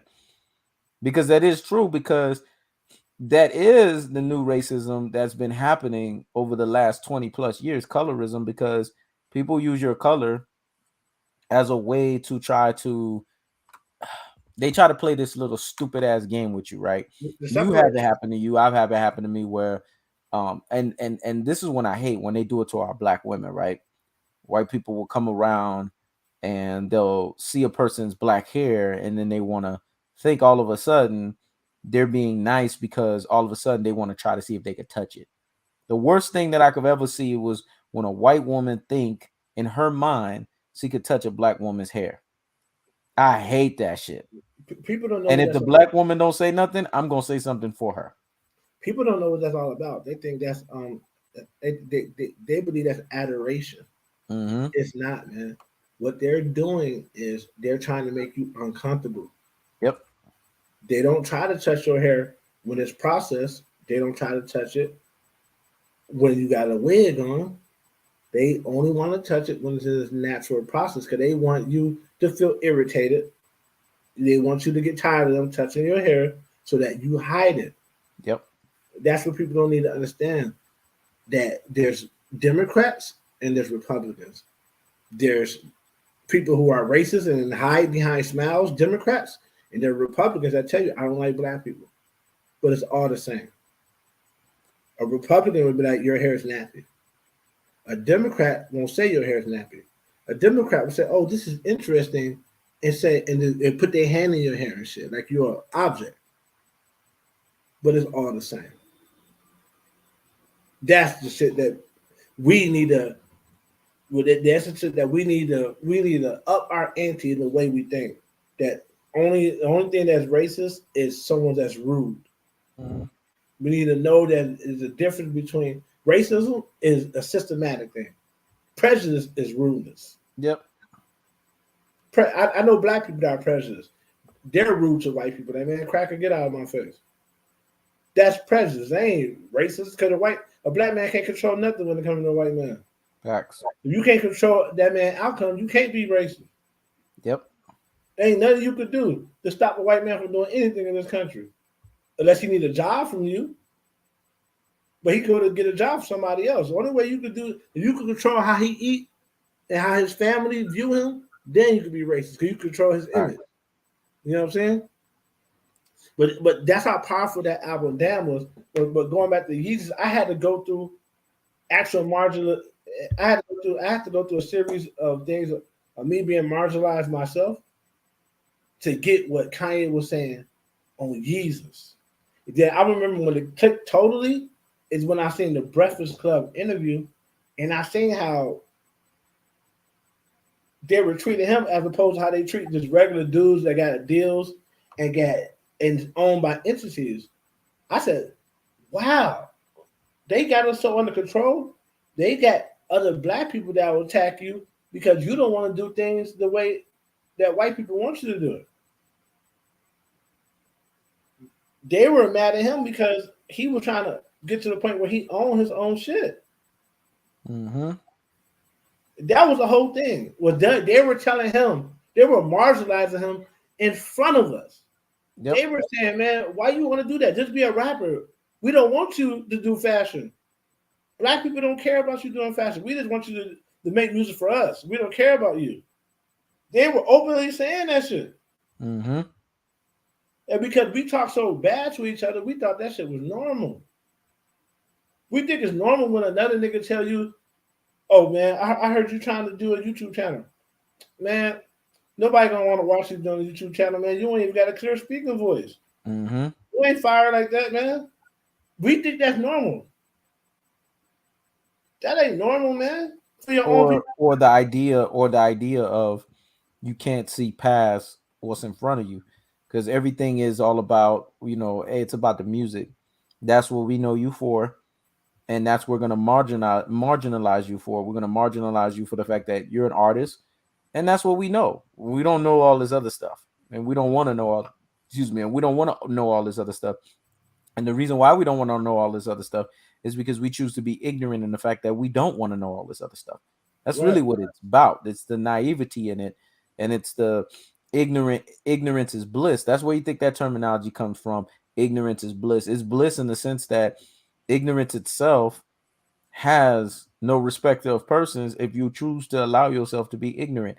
And our own people choose to be ignorant on such a level, on such a degree, even past the shackles and the chains of mental bondage. Because a lot of times we've proven time and time again, Ross has proven it, and other unapologetic brothers and sisters that are out there proving it, that you can break the shackles of mental bondage.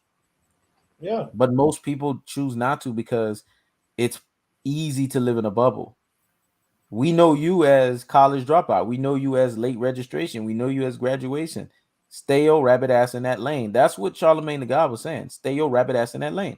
We don't fucking care about you and Yeezy. We don't fucking care about you and that. He was trying to talk to him like he was a nigga, and Kanye West wasn't having that. Kanye West was like, no, I'm an educated Negro. There's a fucking difference between being an educated Negro, like Malcolm X eloquently said, and a fucking nigger. I ain't no nigga. I'm an educated Negro here, and you gonna treat me as such. Yes, your ass may be limited as fuck in terms of your knowledge and your capacity to see past the fact that Yeezy is going to be a globalized brand. But Mm-hmm. look at that interview from 2013, and look at the fuck. We're 9 years later, almost a decade later, and look at where Yeezy's at right now. It goes to show you how much they control black people. That they all they gotta do is just destroy your image, and then black people just they won't listen to nothing you say Facts. because we're not even paying attention. Kanye West turned down $100 million deal to just drop his album on Apple. Mm-hmm. He said, "Nah." He said, "Man, y'all keep y'all money, man. I'm gonna drop that shit on my shit." And nobody got that. Nobody saw the power in that. Mm-hmm. Like, bro, you know what comes with that $100 million deal? Yeah. The control over you. Yep. what you could say, what you could do, where you could go. So he's like, nah, man, I want my freedom. I'll drop it on my shit. Mm-hmm. You know what I mean? I'll drop it on mine, no matter what. Point blank, period. You know what I'm saying? And that way, no matter how much money he's getting all of the money, and nobody's Yeah. making money off him. That's the problem. That's the problem, and that's the thing that he's taking us to the next generation of ownership. So Yep. you gotta understand, all the hatred is coming because of the of the barriers he's knocking over. It's like there's certain people in each family who are supposed to be the people who take their family to the next level mentally. When Mm-hmm. you're that person, when you're the first person who knows, damn, damn, as a so-called Afro-Latino, I'm an Israelite, or as a so-called Native American, I'm an Israelite, or as a so-called Haitian, or so-called Jamaican, or African American, I'm an Israelite. Do you know there's a burden that comes with that? Mm-hmm. Because your whole family are gonna reject you. They're gonna say, "Man, fuck you." Like, nah, we this, man. We this. We that. Like, no. You know what I'm saying? That's a burden that comes with that because you're the first one in your family to know these things. Mm-hmm. You're the first one in your family that probably went as far as you went. First one in your Mm-hmm. family to do this, to do that. Whenever you're the first to do something, you gotta go through a lot of trouble. That's the reason why you get saying Kanye has so much things. All people always got something negative to say about him. But at the end, he always come out blessed at the end. You know what I mean? Mm-hmm. I'm glad you said that. But going back to topic at hand, because everything that you said interwoved into it. Um, when we talk about like classics, who had the most classics in terms of artistry and in terms of albums? Um, I've said it myself, and I'm sure Ross is going to give his opinion on it. I say that Jay-Z to me has 8 classics. God That damn. that's probably that's high for a lot of people, right? For Hell me, I yeah. feel like you got eight classics, and with Donda 2 now, and the way that I saw that Donda 2 was gonna move, but it even moved past what I saw it was gonna move. I got Kanye West at 5 classics because Donda 2 to me, it's a classical album because of how it's moving, how it's trending, the conscious mind and how it's affecting people. And to me, that's how classics. That's how I always view classic. I always view classic on okay, Hold is on. If the you got album Jay Z with able? 8 classes, that means you got down there every album he dropped a classic. No, I got. This is what I got. I got. He only got 11 albums. Yeah, I got College Dropout, Late No, I'm Registration. talking about Jay Z. You said he got 8 classics. Yeah, but Jay Z got more than 8 albums. No, what I'm saying, yeah, he got like 11 or something like that. You said he got eight Yeah, classes. Jay Z got more than 8 albums. Yeah, yeah. No, I'm saying you said he got 8 classes. What are To they? me, he got 8. The Black Album is a classic. Life in Volume 1 of Sean Carter is a classic. Volume 2 is a classic. Blueprint 1 and 2 and 3 are classics. The Oh man. Reasonable Doubt is a classic. Oh, okay. You see what Basically, I'm saying? 444 is a classic. You see what I'm saying? That's what I'm saying. 8. okay. Those ain't classes. All those ain't classes to me. Yeah, Well, to me, okay. they're all classics Okay, yeah. because we all have our viewpoint on it. And the reason why I say they all classics is because what was able to be accomplished in all those albums and why all those albums are viewed to me as classics. Jay-Z was able to do 3 things in each and every one of those albums. He was able to display his wordsmith ability, he was able to display his charisma ability, and he was able to be clear in infecting the culture. Classics infect the culture. The Black Album it infected the culture. His volume 1 and volume 2 infected the culture. Don't sit here and tell me that Trips that volume 1 it wasn't, because volume 1 Volume one, don't now volume start with me on that shit. volume one, not a We had the classic. Hard Knock Life. Don't play Volume, with me. Don't no, act like niggas wasn't bopping to that shit. Hard Knock Life ain't volume one. That's volume two. Yes, Hard See? Knock Life is volume 2. But don't sit here and act like Volume 1 was not a classic. Let's not act like that. This ain't no classic, bro. That shit is a classic. It was dope. It was dope. It was dope. And the reason why it was a classic, I'm gonna tell you why it was a classic. Because there was a few songs on Volume 1. See, Volume 2 was more commercialized. But let's be honest here. Volume 2 was a classic, bro. Volume 1 had Friend or Foe. Friend or Foe was lethal. Streets is Watching. Let's not sit here and act like Streets is Watching was not a classic song. But it also had I Know What Girls Want. I Know What They And exactly. And I Know What Girls Like it was kind of like the introduction to lead you into girls into the next volume. Yeah, so but girls was a classic song. That song was not. The City Is Mine. The City Is Mine. The City Is Mine is not a classic song.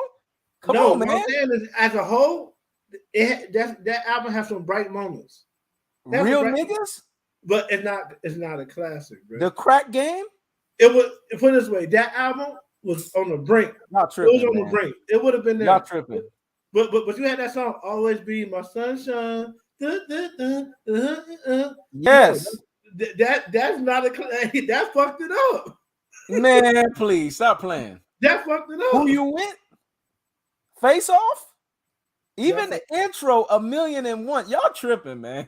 That was that's album, what I'm saying. Dog. That shit, the album was doing like this. Ooh. Nah, you see, now, Chris Winter's calling this shit garbage. That wasn't no garbage album. No, it wasn't garbage. It was wasn't no garbage. The Volume 1 and the Volume 2 is the difference between Donda and Donda 2. That's how you look at it. Nah, hell no. Yes. Yes. Donda way better than Volume 1. Equivalent of Donda and Donda 2. Yes. So, Donda is way better than Volume 1. No, hell no. You can't go. Hell no. Yeah, the album that's hell no. Volume 1 do this. Donda has more influence, but Volume 1 is way more lyrical. Way more work. The album is more lyrical don't mean it's a better album. We're talking about a whole body of work. That's what I'm talking about. Everything Eminem ever did is better than everything everybody else ever did. Because he always the most lyrical. Thank you, Chris Wonder, for saying A Million and One is great. That was the fucking intro, man. He started the shit off right. He always have a great intro. Y'all tripping, man. Y'all tripping because this album, Volume 1, not only did it do good from a lyrical standpoint, you got to also look at it when it came out. Jay-Z hit 138,000 copies in the first week. At that time, if you're adjusting for inflation, at that time, that's lethal. On the Billboard 200. His album debuted at number 3.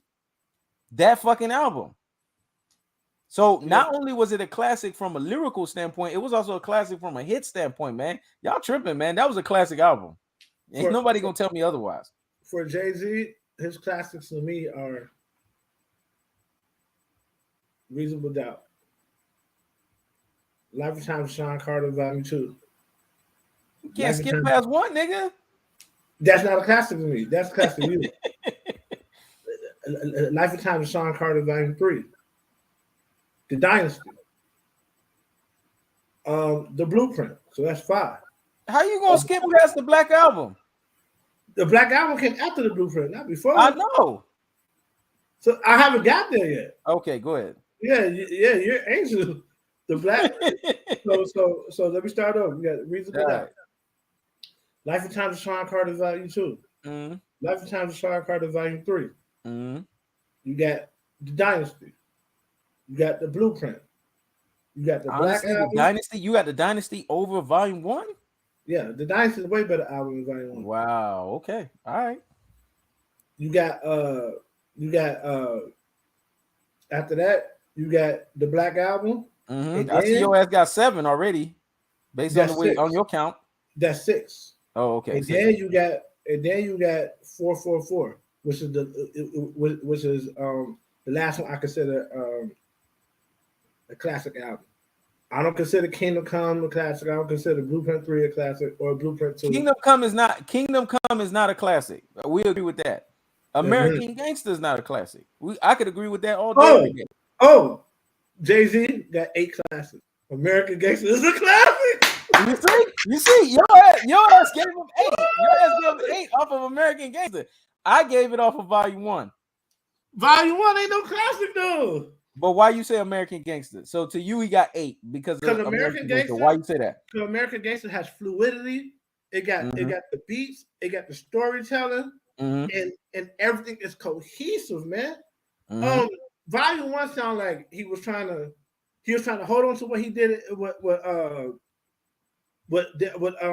Reasonable Doubt. Then he was chasing commercialized shit too hard.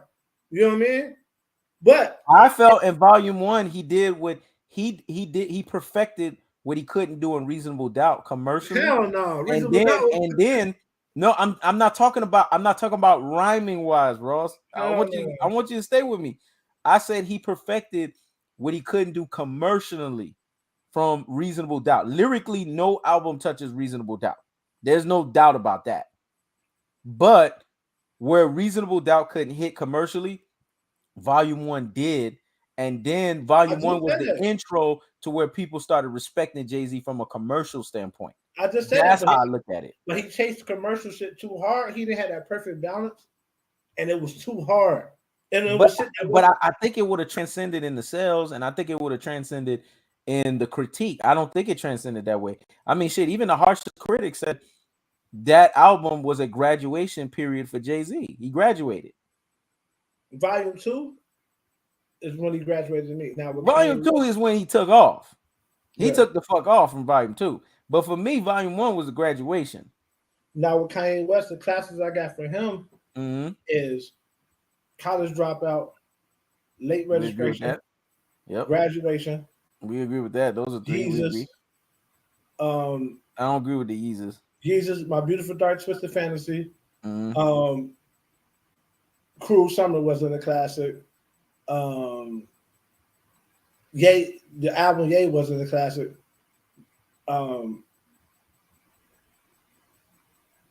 Watch the Throne. But you know what? I ain't gonna use Watch the Throne because that's a dual album. I ain't gonna use Watch the Throne. I ain't gonna use Watch the Throne. So where I'm at, I'm at 1, 2, boom, boom, boom, boom. You at 5? Jesus. Then we got then after that, what's the name? Was now you might as well start talking about Donda and shit. Yeah. What's the name wasn't a classic either. Life of Pablo wasn't a classic. No, Life of Pablo was a classic like a motherfucker. Come on, man. Stop playing. I knew I was missing one. So we got College Dropout. That one, Life of Pablo was the equivalent of what you look at Volume 1, dog. If you want to be honest. Life of Pablo is culturally known as a classic. You might be the only nigga in the United States that say Life of Pablo. See, this nigga jab Volume 1, but he give Life of Pablo the classic nod. Okay, I see Life of Pablo was everywhere. Volume 1 wasn't. It was everywhere. Volume 1 was everywhere. Volume 1 was the beginning of Jay-Z as a commercial artist. Bro, you want to know why I realized Life of Pablo was out? I was in Korea, nigga. Nigga, when Volume 1 came out, that's when everybody started realizing Jay-Z arrived, man. Come on, man. Y'all playing games here. Yeah, that's when Jay-Z arrived. Right. So I got College Dropout, Late Registration, Graduation. I got 808s of Heartbreak, My Beautiful Dark Twisted Fantasy, Jesus, The Life of Pablo, and Donda. I don't know about Donda 2 yet. So I got 7. You got 7? I got 7. I had 8 for Jay, but now you made me think about American Gangster. Now I got to say 9. And I'm going to say 9 because of American Gangster. Like you're saying 9 just because you try to keep a competition between Jay No, I'm going to say 9. I'm going to say 9. I'm going to say 9. Originally, you didn't say American Gangster. No, I didn't say American Gangster, but you convinced me on American Gangster based on the shit that you said. Because all I said was American Gangster. American Gangster was a Reasonable Doubt number 2. That's what it was, because he was on the mafioso shit. Reasonable Doubt was on mafioso. I'm just saying it from that step. It ain't even a competition. You opened my eyes to get me to realize the reason why it was a classic is because he was doing mafioso rapping. Yeah, you know what I'm saying. So Hey, Trips Winner, don't play. Don't play. That's what? disrespectful to call LeBron to call Jay-Z to LeBron James a rap. That's disrespectful. That's the biggest disrespect you could ever give Jay-Z. Nah. Now you playing games. You playing games. Why are you saying that? Like me personally, I don't agree with that. Mm-mm. But Mm-mm. why? But why would you say that? Mm-mm. Why I, would you that say that? that I took offense to that shit. No, no, no, no, You know what I'm saying? no. But You want to know who the LeBron James of rap is? It's fucking Drake. So let's not play games here. that's more accurate.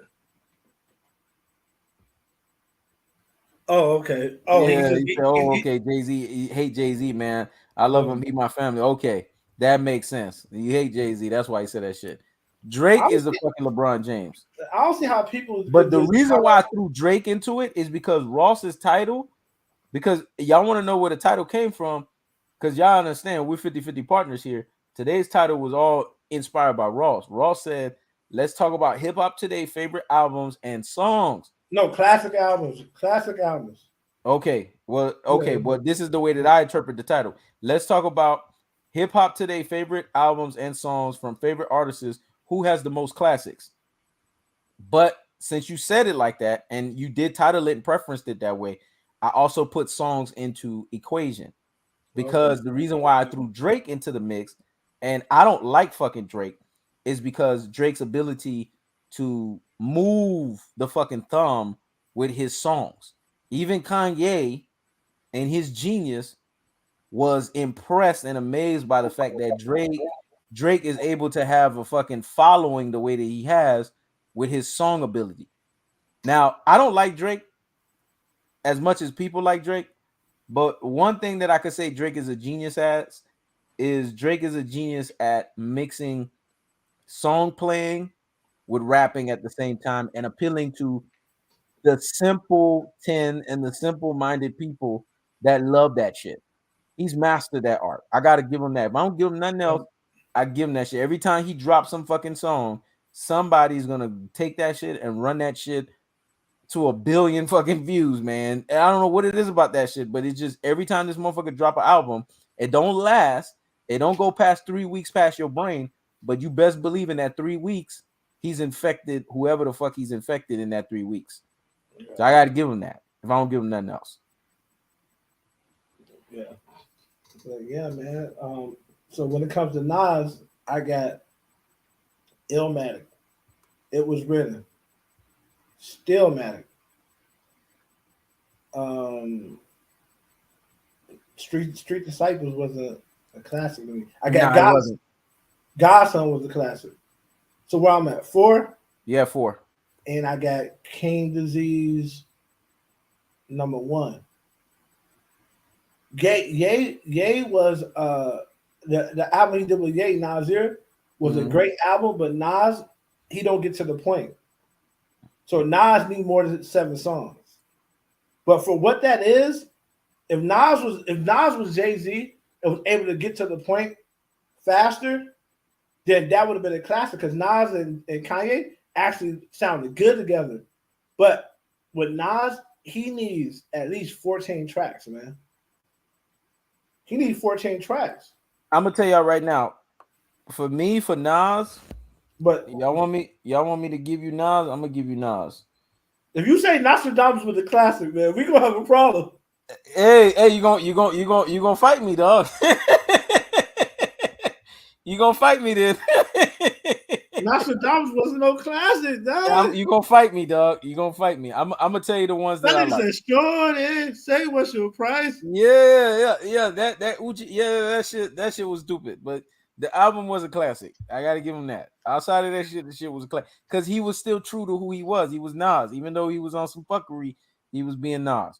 This is to me, this is Nas's of course, Illmatic.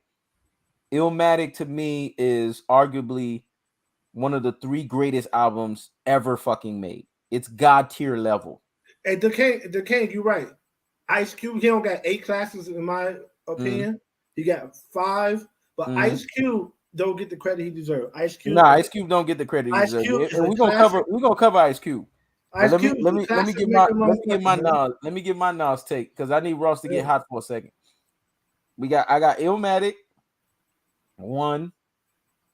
I got Nostradamus. This nigga gonna shake his head. You skip. It was written. Listen, I'm gonna throw it. It was written in the motherfucker, but not in Nostradamus. It was written. Um, Godson. That's 4. I'm gonna tell you one that I like, and that shit slept over a lot of people's Not heads. that you like. That you think of the classic. Yes, that I like as a classic, but this shit slipped over a lot of people's heads. Hip hop is dead. That shit was a classic to me because the message that he was speaking in that shit was unreal. And I don't know if So motherfuckers was ready to receive it, but he was that was speaking some fire. unreal shit. But I forgot. I forgot. Nigga, the one that he made. Nigga, Mm-hmm. Untitled. That Yeah, was a classic. I yeah, forgot that one. yeah. But I can see where you're going with that one. but hip hop was there was dope, but it wasn't a classic. I like that one. I'm gonna tell you right now, his 2018 project Nazir to me was a classic. A lot of people say that. Me personally, I think Nas did. Mm-hmm. And those are I my put, classics from Nas. but you know what? Even though Because I don't Godson, think you know why I didn't mention Godson? Because Godson was him big. Godson was him still taking shots at Jay-Z. The beef was already over. so Fuck you, what. man. The beef was Oh, already over. so you being personal now Yeah, the beef was already over, man. Fuck you, man. Why you still taking shots, nigga? because he can. He Nah, taking these. nigga, the beef is over, nigga. Shit. I thought it was classic, man. But you know what? I didn't think that Nasir was a classic, not because it was a dope. I just thought Nas needed more time. But that's one thing that's one album that you saying the classic. That's one album that you saying the classic that I'm not gonna argue with because it was a very, very, very good album. It was a very Just when it but said, Nostr- he knows you love Jay-Z, man. but Nostradamus, that shit wasn't no classic, bro. But you know why Nazir was a classic? Because in Nazir, there was a song, I forgot the name of the song that he had with Amy Winehouse. That shit, man, gosh. I didn't know he could combine with her like that and make Oh, beautiful Nasir music. in 2018. Yeah. I didn't hear no Amy Winehouse on that album. She was already long gone and fucking dead. No, no. What I'm saying, I didn't hear her on that album. She's on that album. Yeah. Okay, I didn't hear that. We talked about the album that Kanye produced, 2018, Nasir, with the little kids with the guns on the cover and shit. What are you talking about? Shit. Hold You on. talking about something else? Like, bro, get your albums together. All right. I'm talking about cherry wine. That's what I'm talking about. My bad. Yeah. And I don't even know what the fuck cherry wine is. Yeah, cherry wine was nasty. My bad. Hey, I slipped on that one. Hey, I'll take that one all day, every day. I'll take that one. I slipped on that one. That was a beautiful fucking song. But Nazir, not the reason why But you Nazir talking was about life is good. You not think the life reason is why good? Nazir was nasty is because Adam and Eve to me. I'm gonna tell you the songs that I liked on Nazir that stood out to me. Adam To and me, Eve, all the songs was fire. I just thought they was too short for 90s. Cop shot the kid, everything, and the fucking white label. And he didn't even have that many tracks on that fucking album. But put it this way, I accept that that's a classic because in the tracks that he dropped with Kanye, Mm-hmm. I could find not one I didn't like. I just felt like Nas needed. Put it this way, you know what? This why I'm doing the Nas is not fair.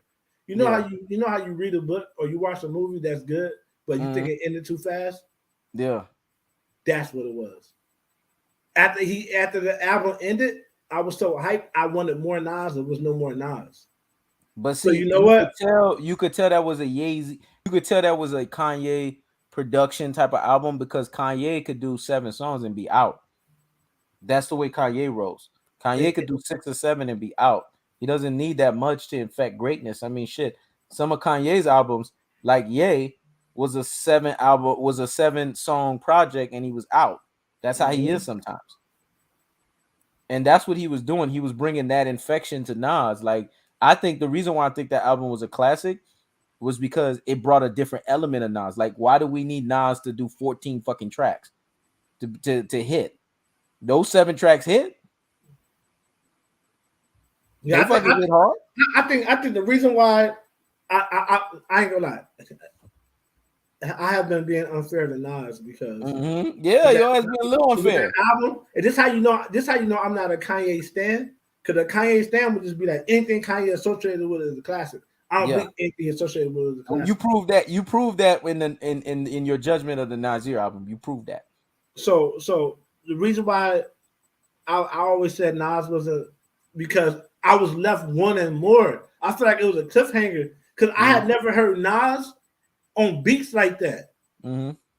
And it was like, normally you hear Nas and you're just like, okay, he's gonna say something dope. But this Nas had you like amped, like you was in the hood hearing like hood shit. This Nas made you want to go get some Timberlands and get you a fitted and go out on the block. You know what I mean? Like you know what I mean? And but not go on the block and shoot nobody, go on the block and have a bottle and just kick it. Like this Nas had you wanting to do, like, you know what I mean? It just had you in a different vibe. Yeah. So I was like, I never wanted to sit the end. So when it end, I was upset. But okay, so I'm glad you're honest about that. But so in a way, that's a classic. But that's right there's a classic because it ended with you wanting more. Yeah, that to me is the definition of a classic. So I agree, but Nostradamus, I would never agree on that. Nostradamus, it's just the fact that the reason why Nostradamus was a classic is because it was a prophetic album. He was very prophetic in the way that he enunciated himself. His rhyming ability was still ill. You know what I'm saying? He did try to be a little over commercialized. We'll admit that with the Uchi Wally shit, but still, Nas was still Nas. That's the way that I look at it. The King, you right, man. He the only nigga in the United States talking about Nostradamus. Hey, listen, man. The motherfucking album was nice. It was a nice album. Jay dish ragged it. See, y'all motherfuckers, y'all look at the takeover, right? Jay no. I never thought it was. I agree with Jay. I said, yeah, Jay spit it because I agree. That shit was trash. Y'all tripping, man. I agree. Now, when it comes to pop, to me, Strictly for My Niggas was a classic. Tupacalypse wasn't. All Eyes on Me was a classic. Me Against the World was a classic. And of course, my favorite from pop, The Seventh Day Theory, Machiavelli, was a classic. All of those posthumous, however you say those albums, they had classic moments, but you could tell they were just profiting off of Pac's death, and they didn't cultivate them shit. I really wish they would have somebody, because he had classic material. All that shit that he dropped, it was classic material after his death, but they didn't take the time to say, oh, all these songs go together, all these songs go together, all these songs go together. They just started pushing shit out because it was Pac's death. Yeah. But yeah, I got all right, the cat is out the bag. I'm only fucking with y'all, man. I don't think Nostradamus was a great album. I'm just basically flexing, and the reason why I keep saying Nostradamus was a great album was to show y'all motherfuckers the power of what Takeover did, and showcasing that Nostradamus was not really that fucking good. See, look, this is how you could tell the power of Takeover. Look at how y'all saying Nostradamus was trash, and who made y'all know that? Who ingrained that in y'all fucking brains? Jay-Z. Nas. Nas is great in my brain. Nas is great that shit in my brain. Can y'all admit now that Jay-Z's Takeover was way more powerful than y'all admit? I mean, I know Ross knows that, but can y'all admit that now? Because Jay was taking hits at Nostradamus. Yeah. He did, man. Yeah, he did, man. So yeah, now when it comes to me, and this is something that people don't like about me, and everybody don't like when I say this. I say Good Kid, Mad City was a classic, but I think To Pimp a Butterfly had a classic message, but it was just a great album. Then Yeah. after he came back, with Damn, they made another classic. So to me, To Pimp a Butterfly is not, Mm-hmm. but to most people, To Pimp a Butterfly is. I don't put up comments, but this one right here, I'm gonna have to clean your. I'm gonna have to mop you upside the head. First and foremost, and Ross gonna give you his point of it. Jay-Z was known. Tupac looked at Jay-Z as the next guy that was gonna carry the fucking torch. Suge Knight, I don't know if you watched the interview with Suge Knight when they asked him, "Do you know who Jay-Z is?" And Suge Knight was like, "Jay-Z, yeah, that motherfucker. I mean, I don't hang with him or anything like that, but that motherfucker's nice. He got bars. He could Yeah. rap his ass off. So what the fuck are you talking about?" They knew Not who the fuck Jay-Z was. not Nas And fans Jay-Z was the only one when Nas was sitting there tucking behind his ass, the king and Trips winner. When Nas was sitting there being a pussy, not coming after Tupac. Who came after Tupac for Biggie? Who came into and Biggie's defense and was coming after Tupac? The only motherfucker that was coming after Tupac at that time was Jay-Z.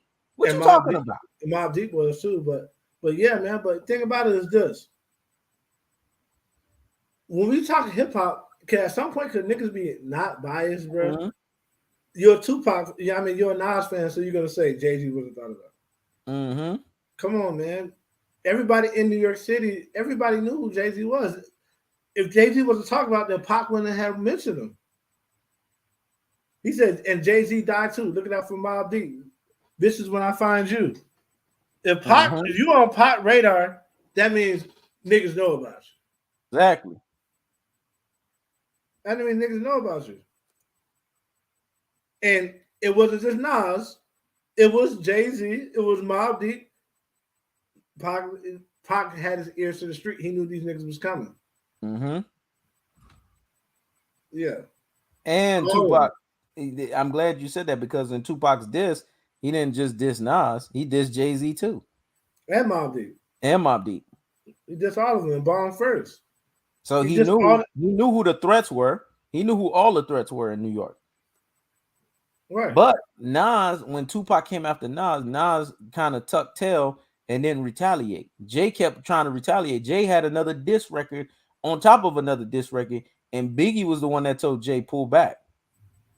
So Jay was ready to pull the trigger. Nas was the one sitting there, okay, Tupac, because in a way, let's be honest here, you Nas fans. If y'all want to be honest, Nas idolized Tupac. Let's just be honest here. He did. Let's just keep it real. Let's keep it real. He looked at Tupac immortal. He looked at him as immortal. I mean, shit, he even tattooed some of the tattoos on his body the way Tupac tattooed some of the tattoos on his body. Let's just keep it real, man. Let's just keep it 100. Many years later, Nas talked about how he emulated a lot of Tupac style. Let's be honest here, folks. Yeah. Not lie. Yeah, but thing about it is, people got to realize is in volume 1, Jay-Z doesn't diss the Pac, and people don't even get it. He said people argue in barbershops all the time who's the best MC. Biggie, Jay-Z, and Nas. Yes. Pac was alive and was at the top of the game. Yep. Pac was the best rapper. Yep. As far as success, he wasn't a better lyrical rapper than Biggie, but he had the most success because he had albums back to back to back, and they was all fucking triple platinum at the same time. But Jay-Z dissed him. He said they argue in barbershops all the time who's the best MC. Biggie, Jay-Z, and Nas. Yep. He dissed that nigga. Now, don't get me wrong. Everybody, I think it's established. Everybody knows Jay is my favorite. But I'm going to tell y'all right now, if Ross knows this behind the scenes, so I'm going to make this very public, the King. I'm going to make this very public, Trips winner. Y'all cousins, I'm going to make it very public. I've always revered Tupac as the GOAT. I've always kept that stand. Ross can confirm that. Anybody ask me, I always will say in my estimation, he's the GOAT. Even though Jay is my favorite, I always say that Tupac's the GOAT. And the only reason why I say that is because Tupac went after all these motherfuckers. He went after their heads. And yes, even though Jay wasn't afraid or whatever, the blowback to Tupac was never nothing serious like it was with anybody else. Tupac was just that dude that when he came after you, You had to sit and think.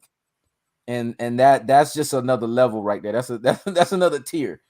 Especially when he hit him up. Shit. Tupac went after some of the most hardcore people in New York. People don't understand that shit. He went after Sway and Tech. He went after a lot of motherfuckers, man. And a lot of motherfuckers didn't have no get back. So Tupac gets credit for that. If he don't get nothing else, he gets credit for that. Yep. Yeah, man. So salute. Salute. Salute. Salute. And give you credit for that. You calling us the goats. You calling us the goats. Salute. Yeah, man. So this has been another banger of a topic, man. Hell yeah. And you know who inspired the topic? That nigga right there with the blue polo and the gold chain. The only motherfucker I know can rock a gold chain and make that shit look smooth. That motherfucker right there. But now we can switch gears. Eminem. The game, and I want to see what everybody got to say on this. The game just came out yesterday, Ross. I don't know if you paid attention to it. And the game said, I thought Eminem was colder and nastier than me. But as I kept listening to him, his phonetics is the game ain't better than me. He said, right now, I want to do a versus with him right now. The game ain't better than me. He said Eminem ain't better than me. Yeah, Eminem ain't better than me. I want to do a versus with him right now. So what's your take on it? Because I know you got to leave in a little bit. So what's your take on it? I feel like Eminem is better than the game. I'm gonna keep it 100. But I feel like Eminem's not as Eminem is great. He is good, right? He is better than the game. But I feel like the people who are Eminem fans get Eminem like so far up here. Whereas rap is more than multi-syllable shit. Yep. And Eminem have a lot of songs that are empty of message. And he's just basically transcribable. Man, I could do. That I could do. Ha. And everything that's rhyming, but it don't mean anything. You know what I'm saying? And he got a lot of songs where he just showing how he could lace up words and make them do this, do that, but there's no message behind what he's saying. You know what I mean? It's kind of like I feel like a Big Pun with no swag.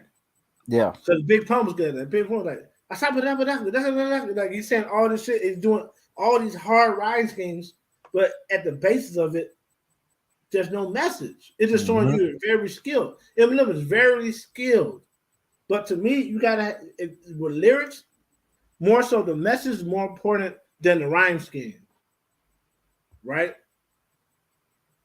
I feel like Eminem could have fared better if he was a better songwriter than he was just a composer of lyrics. As far as just putting rhymes together, yeah, but me personally,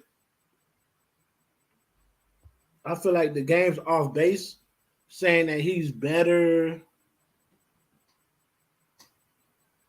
I feel like salute the Ox still. I feel like the game's off base, saying that he's better than Eminem, but he's not off base saying that he think that he could rap with him.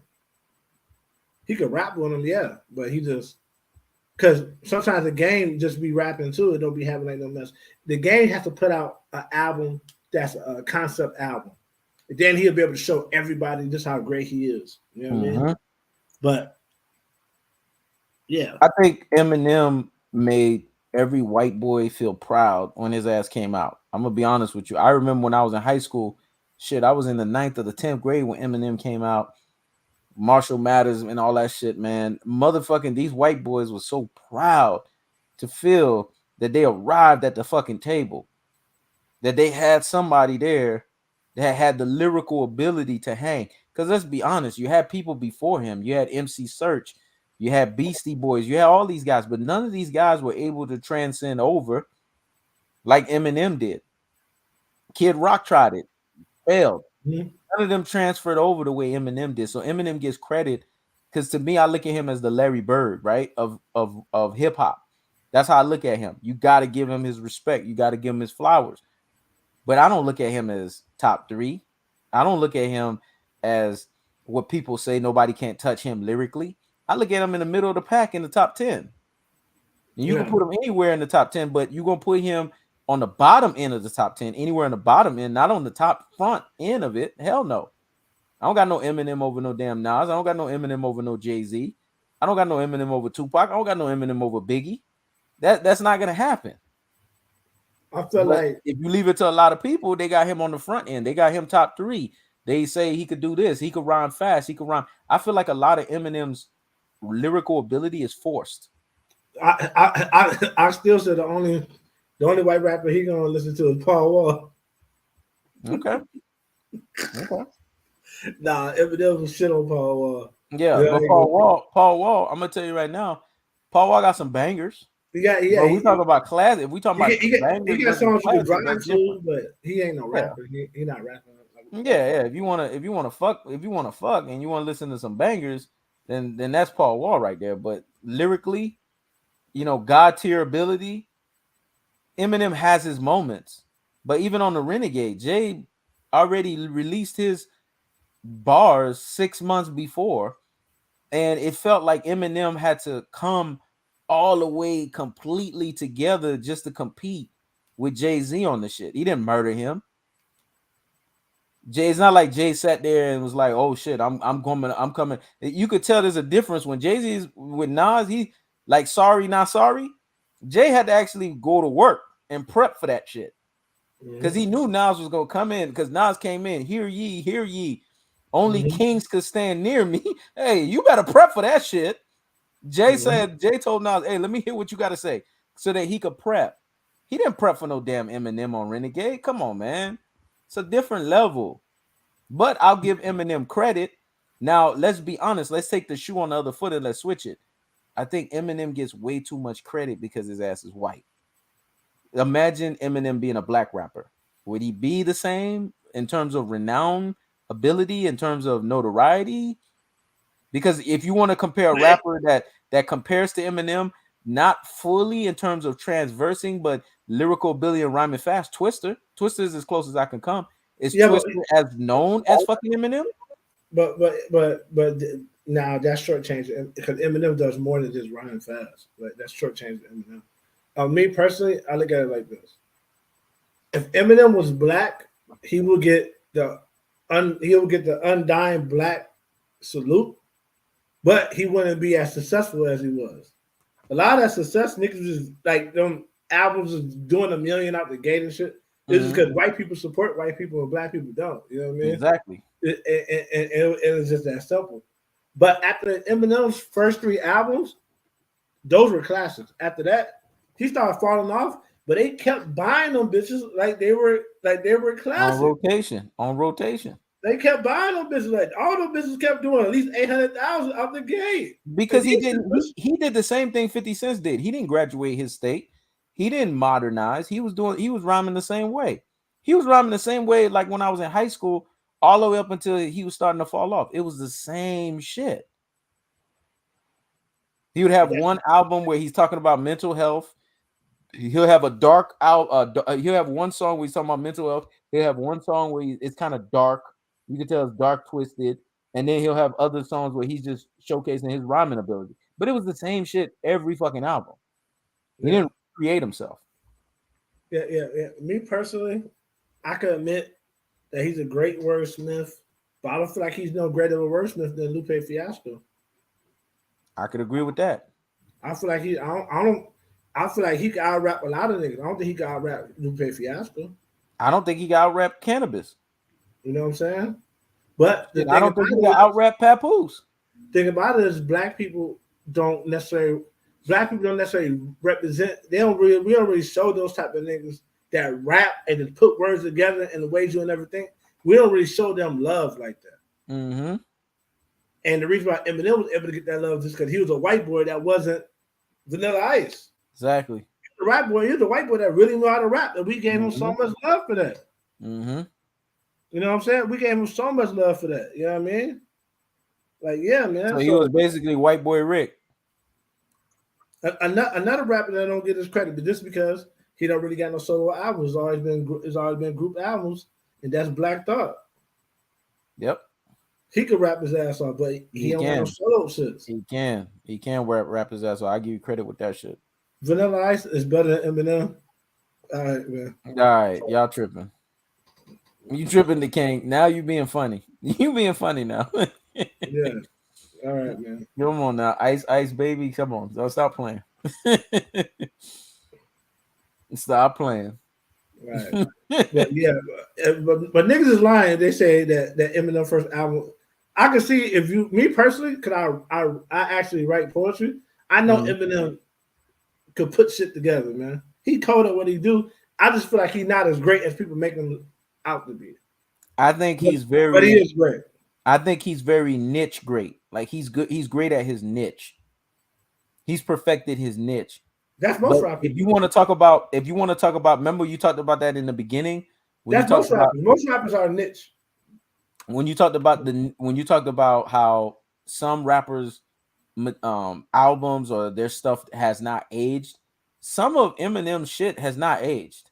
Outside of his first three albums that were classics, I don't even remember half those shits after that. I just remember his first three albums. That's it. Mm-hmm. Some of the other shit just didn't age well because everybody started putting two and two together. It was like, oh, Eminem's just saying the same shit. He's just trying to switch it up on the next album. Eminem's problem was the same problem that T.I. had in the South. It was a problem of stagnance. They just didn't get better. They just stayed on the same shit. Right. And they thought they could just remix the same shit over and over again from album to album to album to album. You can't do that. You gotta change as an individual, and you gotta dare to be different. And you have to show evolution, and you have to show growth. A lot of people are scared to do that, but you gotta do that. Yep. But shit, any closing things you want to say, Ross, before you write out? Yeah, man. I just have to end this conversation with this. No, I ain't gonna end it with that because that's gonna start a whole nother conversation. Now go ahead and say it. I promise you, I won't get tempted. Say it. And what I want to say is thank everybody that came out, supported, commented, donated, donate to motivate, and Mm-hmm. subscribe, man. Two black men try to build up a platform where black people have a comfortable place, black men have a comfortable place to actually speak their minds. You know what I'm Yep. saying? Actually speak their minds, man. Um, he knows. Appreciate you, Ross, as always, man. We're gonna split these donations up. Appreciate you, Trips Winner, for setting the tone because that's what it's about. And Trips Winner made a comment earlier, and I respected that comment. And this is the mentality people got to have. When two brothers are doing the best that they can to try to push, what they're pushing. Um, and I like the fact that Trips Winner has said that because shit, I'm looking for the comment right now. Um, because a lot of people don't understand that shit, man. They just don't get it. And they don't understand that there's a grind to this, man. There's a method behind it. Here you go. Time is money. I know y'all putting in work. Time is money, man. That's what anything in fucking life. You know, we dedicate our time, we dedicate our energies, we dedicate our effort to try to give all you guys a great product. And it's not easy. If it was easy for anybody to start a channel, they would fucking start it.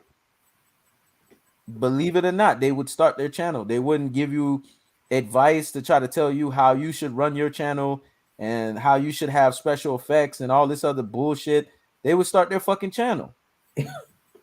I mean, that's just the facts. So it's not easy to start your fucking channel. Just So those who have channels, they should be respected.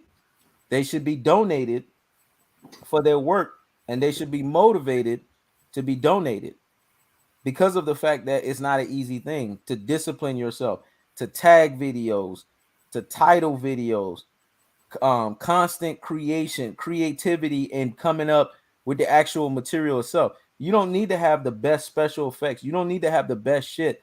You just need to have a message that's relevant to people. You know how many videos have a vacuum behind them and the shit get hundreds and hundreds of thousands of views, 1 million views. So people have it twisted when they think that you need to have special effects and you need to have this and you need to have that to start your channel. What that is called is laziness. It's called you just not gonna get off your ass to do your fucking channel. That's what it's called. But we all, if we have the ability and we have the gift to push ourselves, we're gonna do what we got to do. So people got to get out of the mindset of telling people what the fuck to do and support when you know that you rocking with a channel. And another thing, if someone gives you the ability to be on their platform, that is money. That is your worth. That is your earning. Because let's keep it real. Your face, your namesake is the reason why that person has relevance. Nobody was checking for you. Nobody was looking for you until you brought your rabbit ass on the fucking platform. So take it as revenue, especially if you black out and you show only 25% of yourself and then you come in. Honestly, you should only get 25% of showtime. Like the person who's the content creator should go back, and if they're being honest, they could just edit you out 75% if they want to be an asshole about it, but they would be well within their business right to do it. But no, they showcase the full weight and the full gravity and the full magnitude of that. So people got to appreciate opportunities that's given to them, especially when they don't want to get off their ass and they want to be lazy about shit. And another thing too, y'all motherfuckers got to start donating, man. Because Tom Ross is killing it on his end. I'm killing it on my fucking end. Donate to fucking motivate, man. Because this shit don't come easy. If this shit was easy, y'all motherfuckers would get off y'all asses and y'all would do the shit too. The reason why y'all motherfuckers have tuned in, as long as y'all have tuned in on both respective platforms, is because y'all like the quality of the platform. If you've left my channel, I don't give a flying fuck because my message is my message. Those who have stayed, thank you for staying. I appreciate it. But if you get out of pocket and you say one day, I don't give a fuck about your message, guess what? I'm going to tell you, I don't give a fuck about you too. Because at the end of the day, I'm creating the content. And I'm sure it's the same way for Tom Ross. So y'all motherfuckers got to understand that. Understand when greatness personification is in front of you. Appreciate the shit. And reach out. And another thing too, because I got one more thing to say, Ross, and then you can leave, man. Because I know you dress for success. You about to get some ass, but one more thing, because it need to be said. Motherfuckers got to understand there's such a thing called decorum and general comportment. If y'all motherfuckers have not been raised right, I'm gonna teach y'all how to be raised right. If you ain't talked to a motherfucker in a year, do not text a motherfucker about, hey man, where are you gonna be sitting at for the fight and shit like that. How about you fix your rabbit ass mouth and say, yo, man, I ain't talked to you in a while. I apologize if I did this, I did that. Grow the fuck up and do it the right way, man. There's a right way to reach out to motherfuckers. Thank you, the king. There's decorum. Y'all motherfuckers wasn't taught decorum. I was taught decorum. I was taught general comportment. You ain't talked to a motherfucking team. You ain't better than me. Talk to me and say, yo, I ain't reach out to you in a minute. You know what I'm saying? My bad. Thank you for the opportunity for you showcasing me and me combing my fucking beard on your platform. You know what I'm saying? Even though that was an unprofessional look, thank you for that. Bro. And shit like that. And that's y'all, it. Y'all brothers gotta get together And be done with it, man. And be fucking done with it. So I'm just gonna say that shit because it's the truth. You reach out to me, you gotta reach out to me correct. That's it. I don't play these games. You gotta reach out to me correct.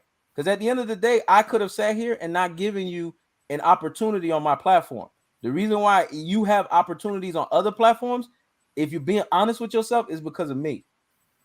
A lot of motherfuckers on YouTube have opportunities because of me. So there's a certain level of respect when you reach out to me. You have to give it to me off rip. I demand that shit. I command that shit. And I damn near earn that shit from any and every motherfucker. And Tom Ross is my peer. And Tom Ross himself give me that shit. So if he's giving me that shit, every other motherfucker up under that better damn sure give me that shit.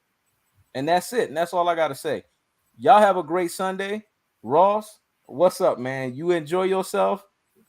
Be safe out there, bro. Don't do anything crazy. Are they coming to your house or you stepping out? What's up?